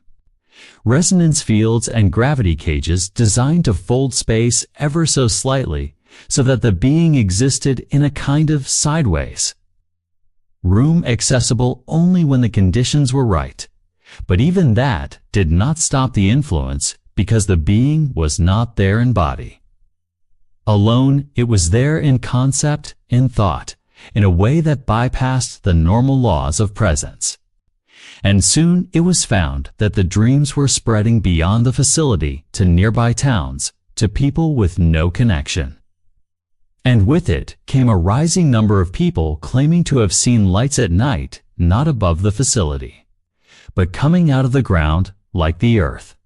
Itself was becoming porous, and while the officials dismissed these reports as mass hysteria or weather phenomena, something was shifting because the being had started to change shape. Subtly at first, then dramatically, and not physically, but in the minds of those who observed it, where one day it appeared as a tall figure of shimmering light, and the next as a mirrored void, and some began to question if it was even a single being, or if it was a kind of projection, a vessel, a doorway through which others could see us, and worse, through which we might see them. And what that did to the human mind. To witness a consciousness so vast and old that time itself was just a tool, was not something easily undone. And one technician whose name was erased from records, but whose journal survived in a leaked archive, wrote that after looking into the glass, he saw every version of himself that had ever existed.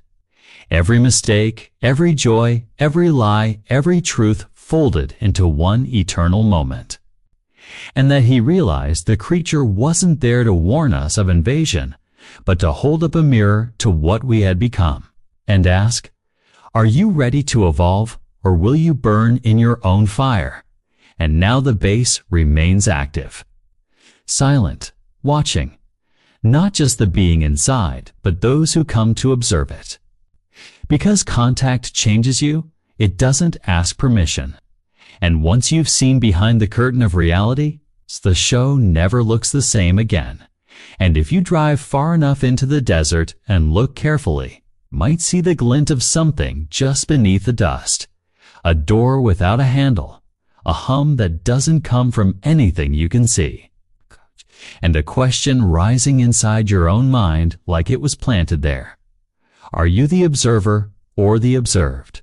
And the more you think about it, the more you feel like you've always known this place existed. Not as a location, but as a truth buried beneath everything you were taught to believe. Waiting, always waiting for the moment when the sky opens and the voices return not from above, but from within. There's a silence to this place that doesn't feel like the absence of sound. It feels like something is listening back.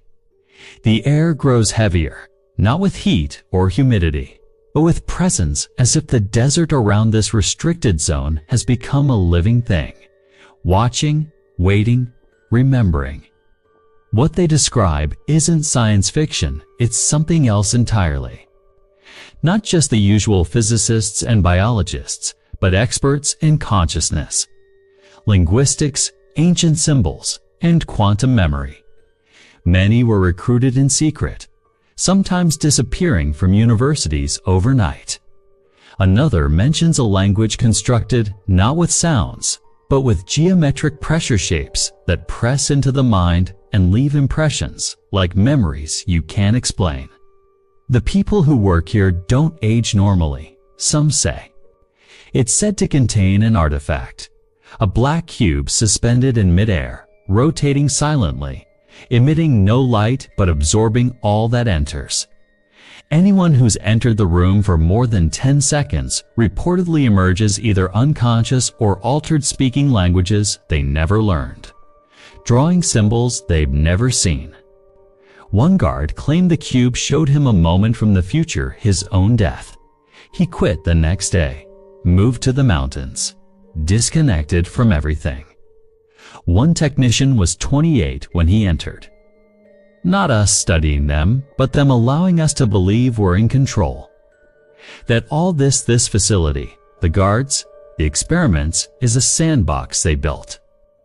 A safe space for children to play at gods, while the real entities watch from above, waiting for us to mature or expire.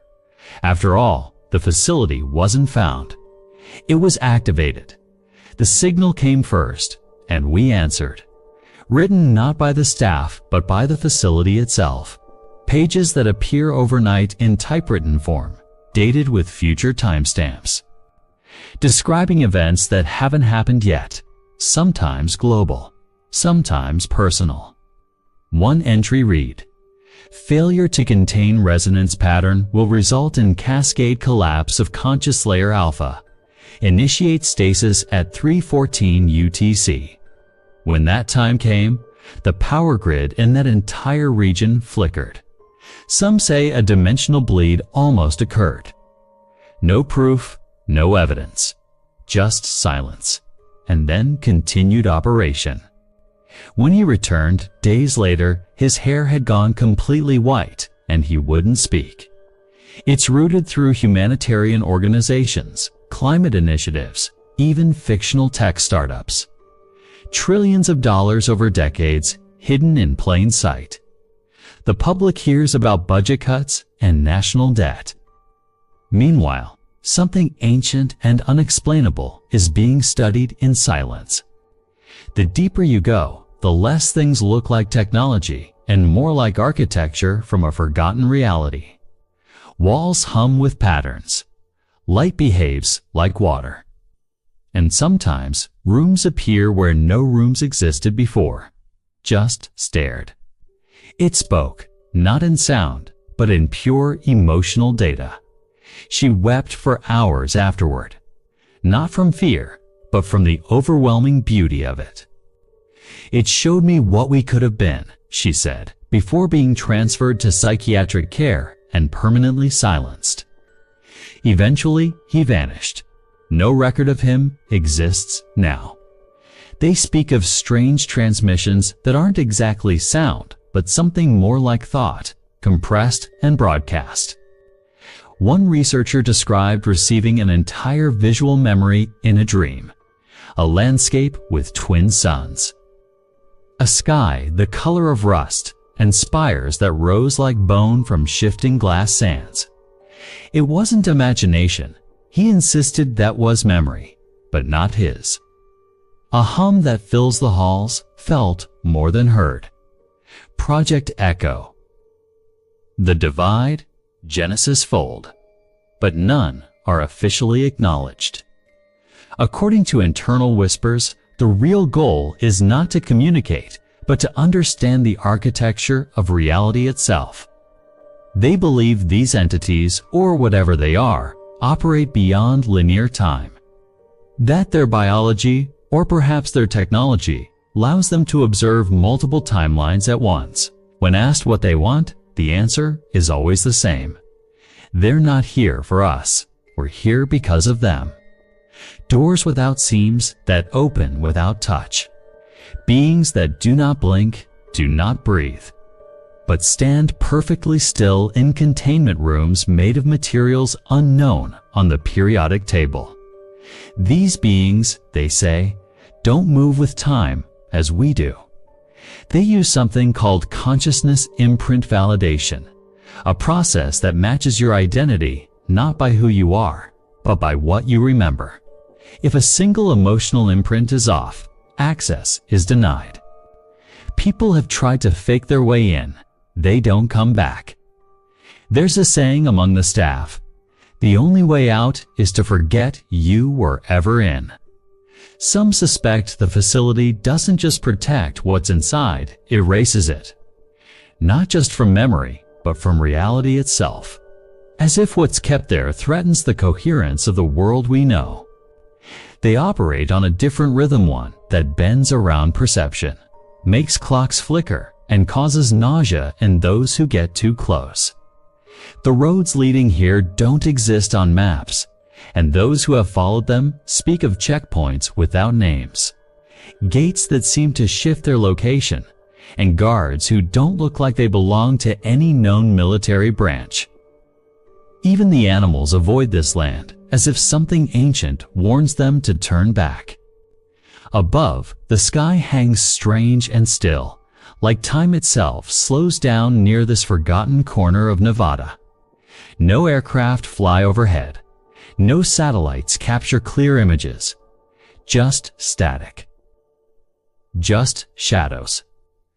This facility, rumored by some to be deep beneath Groom Lake, is unlike the stories we've heard about the infamous Area 51. That is merely the public-facing myth. The real place, those in the know say, lies even deeper. An installation hidden not just underground, but beneath layers of deception built in levels that descend like the chambers of a mechanical underworld. No signs, no names, just long, featureless corridors bathed in soft blue light. They say only those with Omega clearance can enter, that no phones are allowed, no digital memory. Once you walk in, you're cut off from the world, from time, from truth. A few whistleblowers have dared to speak, their voices distorted, their faces obscured, their locations untraceable. And then there are the scientists. The project has many names. One report spoke of a room known as the sphere, where gravity bends slightly at the edges and voices are heard repeating in reverse. Security protocols go beyond retinal scans or DNA, and then there's the room they call the vault. But the most chilling detail isn't the technology or the beings or the time-bending experiments. It's the journal entries, hundreds of them, The funding for this place doesn't come from defense or science agencies. One former linguist describes seeing a being not with eyes, but through it like its form bent around your gaze. And then there's the question no one dares ask aloud. What if this isn't human discovery? What if it's human containment? And something answered back. Beyond the perimeter, deeper into the hushed terrain where security cameras glint like unblinking eyes in the desert night, a different kind of silence begins to emerge. Not the kind that suggests peace or stillness, but one that feels engineered. A vacuum of ambient sound, as if even nature has been silenced. And the air hums with an artificial tension, as though it's not just being watched, but measured, controlled, restrained somehow. There are said to be rooms colder than logic, chambers lined with metals that defy corrosion, and glass that doesn't reflect any recognizable spectrum of light. Scientists who speak only in vague fragments about biological samples that don't degrade with time. Skin-like tissues that pulse without a heart, and language-like sequences embedded in protein strands that resemble code. As if some alien species once engineered biology, like we program computers, embedding intention and instruction into the very building blocks of life and deep within the complex. A space that warps even the expectations of those accustomed to high-level anomaly study. Not just inverting light and sound, but somehow inverting cause and effect. Where experiments yield results before they begin, where time flows differently for instruments than for observers. But a library of the impossible, a collection of truths too disruptive to release. But a promise that sooner or later the truth will surface, not with a scream, but with the soft flicker of a lab light in the middle of the night, a monitor blinking to life, and the sense that someone or something is watching back, too dangerous to deny, and too compelling to ignore. And as we imagine walking those sterile halls, every light flickering with purpose, every camera calibrated with cold intelligence, it becomes impossible not to ask if this is what they've built in secret. What else might they know that we've never been allowed to see? And if we truly are not alone, what happens not when they arrive, but when they reveal they've been here all along, studying us as we study ants, shaping our evolution not with invasion, but with suggestion, with whispers, with dreams. And where certain phenomena, like a recorded sound that plays before it's recorded, or lights that blink in response to questions not yet asked, force scientists to reconsider the very nature of linear existence. And while public universities debate quantum entanglement and multiverse theories, here, far beneath the desert floor, reality is not just a theory, it's a variable they adjust daily. There are chambers where this living code is studied, replicated, even merged with earthly DNA to observe reactions no ethical review board would ever approve, and the stars shine coldly above, indifferent and distant, as if watching over something not meant to be disturbed.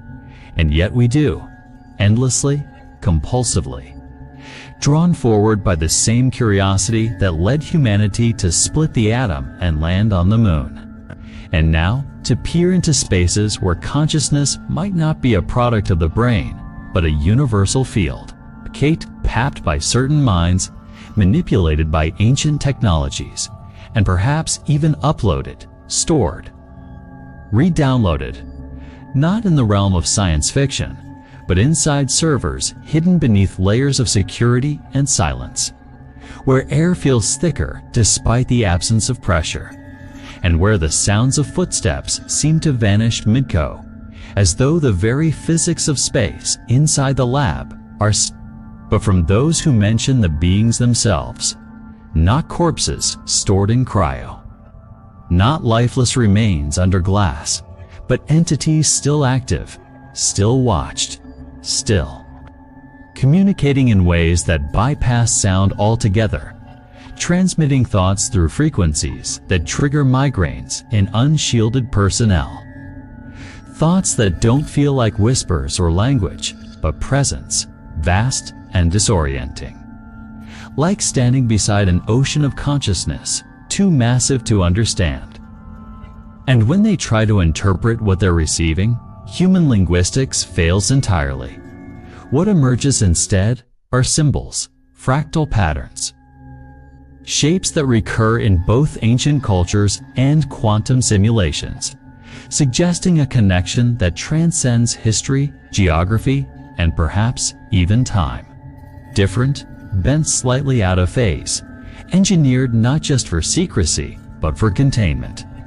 Because not everything that's been recovered, but something more aware, more active, kept in isolation behind layered chambers, never seen by more than a few individuals in the deepest clearance levels, and referred to in only the vaguest internal documents as the architect, a term that raises more questions than it answers, implying not just intelligence, but design, origin, control.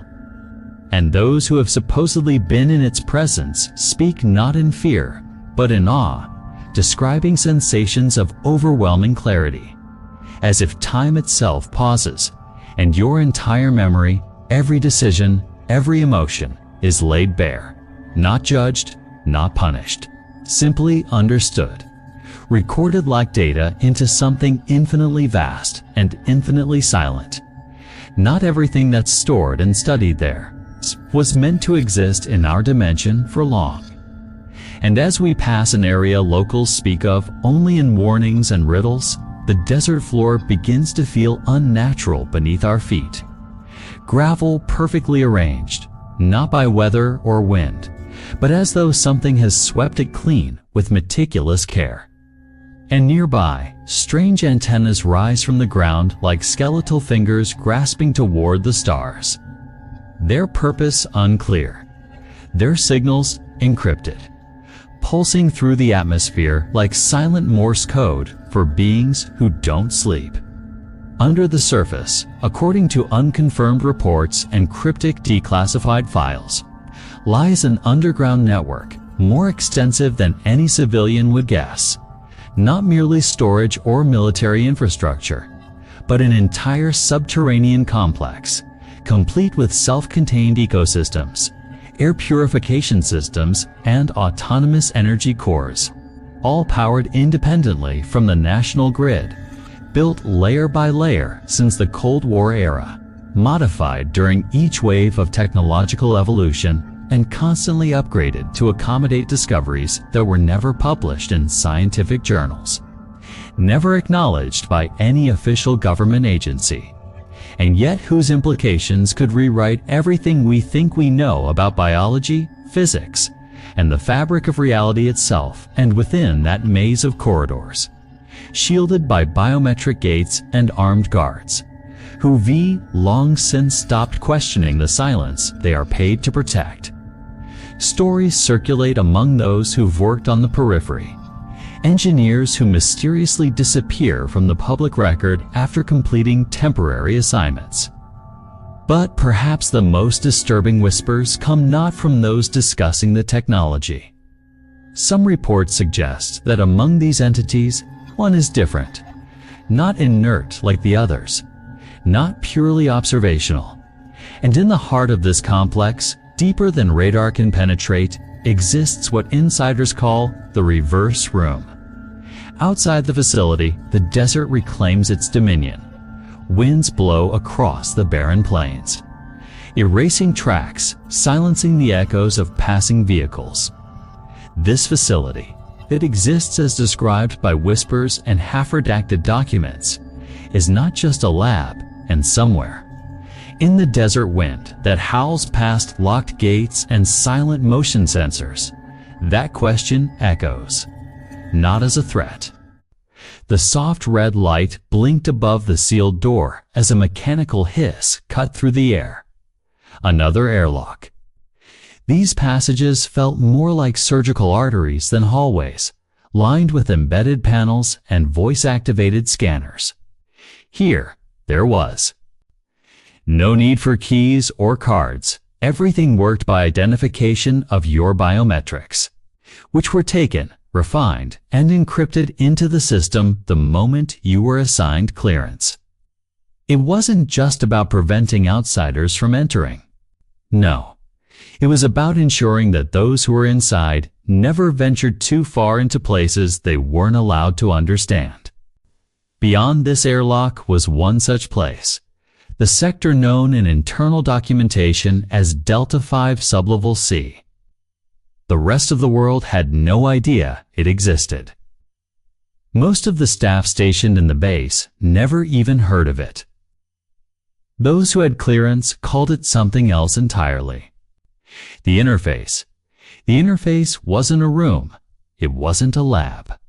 It wasn't even a prison. It was more like a veil between two planes of reality. The walls pulsed faintly with some sort of magnetic resonance, as if the structure itself hummed with ancient alien intelligence. The lights didn't flicker like the rest of the base. They were always on, but never cast any shadows. Everything was indirect, diffused, like sunlight filtered through a strange ocean. The air here smelled different, metallic, clean, too clean. It made your lungs work harder without realizing why. People didn't speak here unless absolutely necessary. Not out of fear, but reverence. This was where they resided. No one was entirely sure what they were. Even the term aliens felt inadequate, almost childish. These weren't little green men with laser guns. They didn't walk or move like us. They didn't even appear fully material. The scientists who interacted with them described their presence more than their shape, like the way the room temperature would shift when one entered, or the static charge that built under your skin, like goosebumps that never quite went away. Some staff claimed to hear sounds when they were near, though nothing audible, more like a tone in the back of the mind, as if your consciousness had become a radio receiver, suddenly catching a frequency you weren't designed to hear. Others said that they could bend time, not in the science fiction sense of teleportation, but in subtle ways. You'd look at the clock and find that 15 minutes had passed in what felt like 5, or that a wound that should have taken weeks to heal was gone by morning. The most senior personnel, those who had been stationed here for decades, were always careful not to discuss specifics. Not out of secrecy, out of self-preservation. The deeper they went into the research, the less grounded they became. Some began to forget basic details of their own lives, birthdays, hometowns, faces of their children. Others began to develop strange neurological side effects, dreams that bled into waking life, memories that didn't belong to them, languages they'd never studied suddenly appearing in their handwriting. The official explanation was always stress, sleep deprivation, isolation, but nobody believed that. The truth felt far older and far more impossible than the human mind could endure. Deep inside the interface, there was something even fewer people had access to: the sphere. It wasn't made by us. We didn't build it. We didn't understand how it got there. But it was the epicenter of all phenomena in the facility. It hovered several inches above the ground, perfectly still, with no visible support, no wires, no frame, no magnetic trick, just floating. It was about the size of a medicine ball, made of a material no one could identify, and it shimmered like liquid mercury trapped inside obsidian. You couldn't stare at it for too long, not because it hurt your eyes, but because it did something to your sense of space. People often described a disorientation, like they were both inside their bodies and somewhere else at the same time. A few even claimed that when they touched it, which was strictly forbidden, they saw things, entire landscapes, structures, beings, a place that wasn't Earth, but felt oddly familiar. One former linguist who had touched it before she vanished, quite literally, without any record of exit, had said something that still echoed through the deeper circles of the base. It's not from there. It's from before. Before language, before time, before form. Her words were transcribed, analyzed, and ultimately dismissed by official channels. But the whispers remained. The sphere wasn't just alien. It was pre-reality. The theory among a select few theoretical researchers stationed at the interface was that this object wasn't a communication device, but a seed or a receiver, a sort of multidimensional anchor that allowed contact with entities not bound by time or space in the way we understand. In essence, we hadn't discovered the aliens. They had discovered us, or perhaps more disturbingly, they had created us. And this facility, this base that appeared to be an advanced military research center, was actually an observation chamber, a place where those on the outside could watch their experiment unfold. But even that was speculation, and those who pushed too hard into that line of thinking were quickly reassigned, relocated, or labeled as compromised. Still, the quiet ones knew. The ones who watched, listened, and never spoke unless necessary. The interface wasn't an achievement. It wasn't a breakthrough. It was a fracture, a tear in our understanding of what it meant to be human, and what forces had silently guided us from the shadows of our evolutionary past. Even now, beneath the cold layers of concrete and steel, beneath the desert soil and silence of the stars, it waits. The sphere, pulsing, watching, dreaming, or perhaps remembering. The wind was calm that night, but something in the air felt unnatural, as if the desert itself held its breath. Deep within the Nevada basin, the terrain spread out in quiet waves of rock and sand. Yet hidden beneath this barren landscape was a beating heart of secrecy, pulsing with energy and surveillance, and an awareness that was more than human. You couldn't see it from above. You wouldn't know it from the dusty road signs or the warning posts.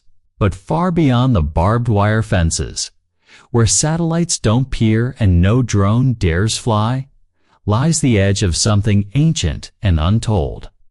The underground complex is more than a facility. It's a monument to humanity's most forbidden curiosity.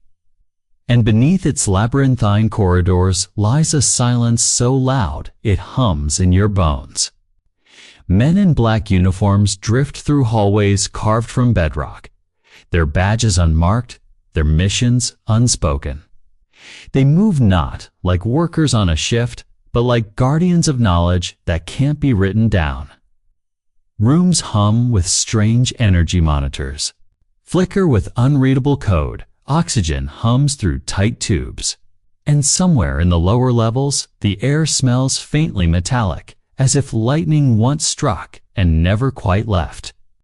Behind heavy steel doors, reinforced not just with security, but with fear, lie things no human was meant to see, things that rewrite what life means. What death is, what space and time are supposed to be.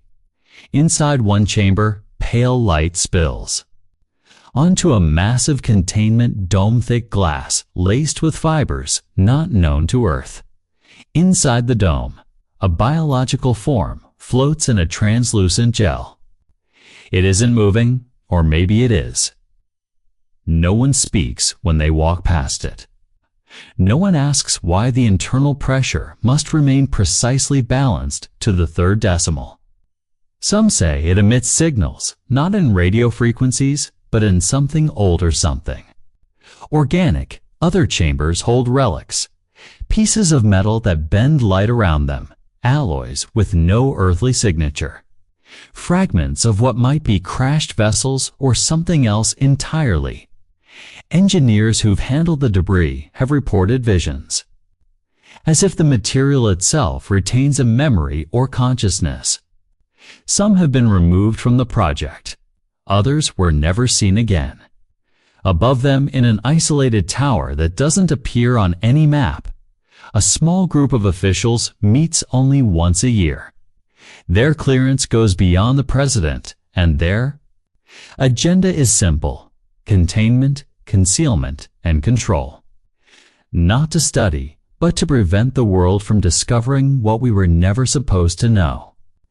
Deep in the neural archive wing, scientists work not with microscopes, but with waveform projectors, interpreting patterns that resemble language but defy translation. The working theory. It's not that the visitors don't want to talk. It's that they've been trying and were simply not evolved enough to understand what they're saying. Some believe these signals contain mathematical symphonies, resonating at frequencies that affect not only machines but also human consciousness, unlocking dormant parts of the brain, perhaps even memories passed down in genetic code. On the upper levels, where clearance is still high but not absolute, behavioral analysts observe personnel for signs of exposure. Not radiation, not contagion, but influence, mood changes. Dreams that bleed into waking life. Sudden knowledge of physics. Never studied. Drawings made by hand that resemble star maps from no telescope. The data is carefully logged. If the patterns are too consistent, that subject is quietly relocated. The outside world never hears from them again. Some say the complex wasn't built by us at all, that the land was chosen long ago, before America existed, because of something buried deep beneath, something older than any government. Core drilling teams have been sent below level 12 and never reported back.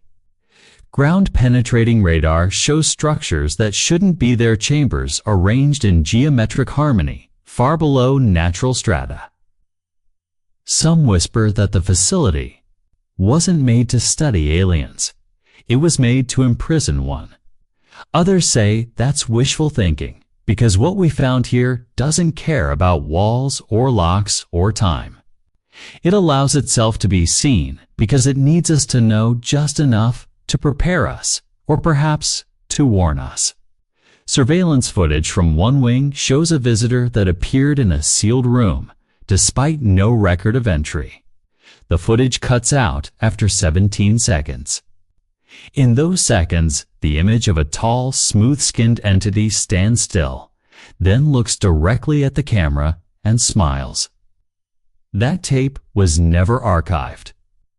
The technician who saw it last had a seizure within 48 hours and was transferred to a private neurological ward. His final words, caught on a nurse's microphone, were, "They've always been here. We're the ones who just arrived." Outside, the desert rolls on in peaceful silence. Tourists take blurry photos from the highway. The warning signs flap in the hot breeze, and distant satellites drift overhead, blind to the truth that pulses just beneath their scans. The restricted zone remains still. Lights flicker beneath the sand. Doors seal quietly in the night. And somewhere in the deepest chamber, something not quite alive, but not quite dead, waits not for rescue. Not for study, but for something else. Something inevitable.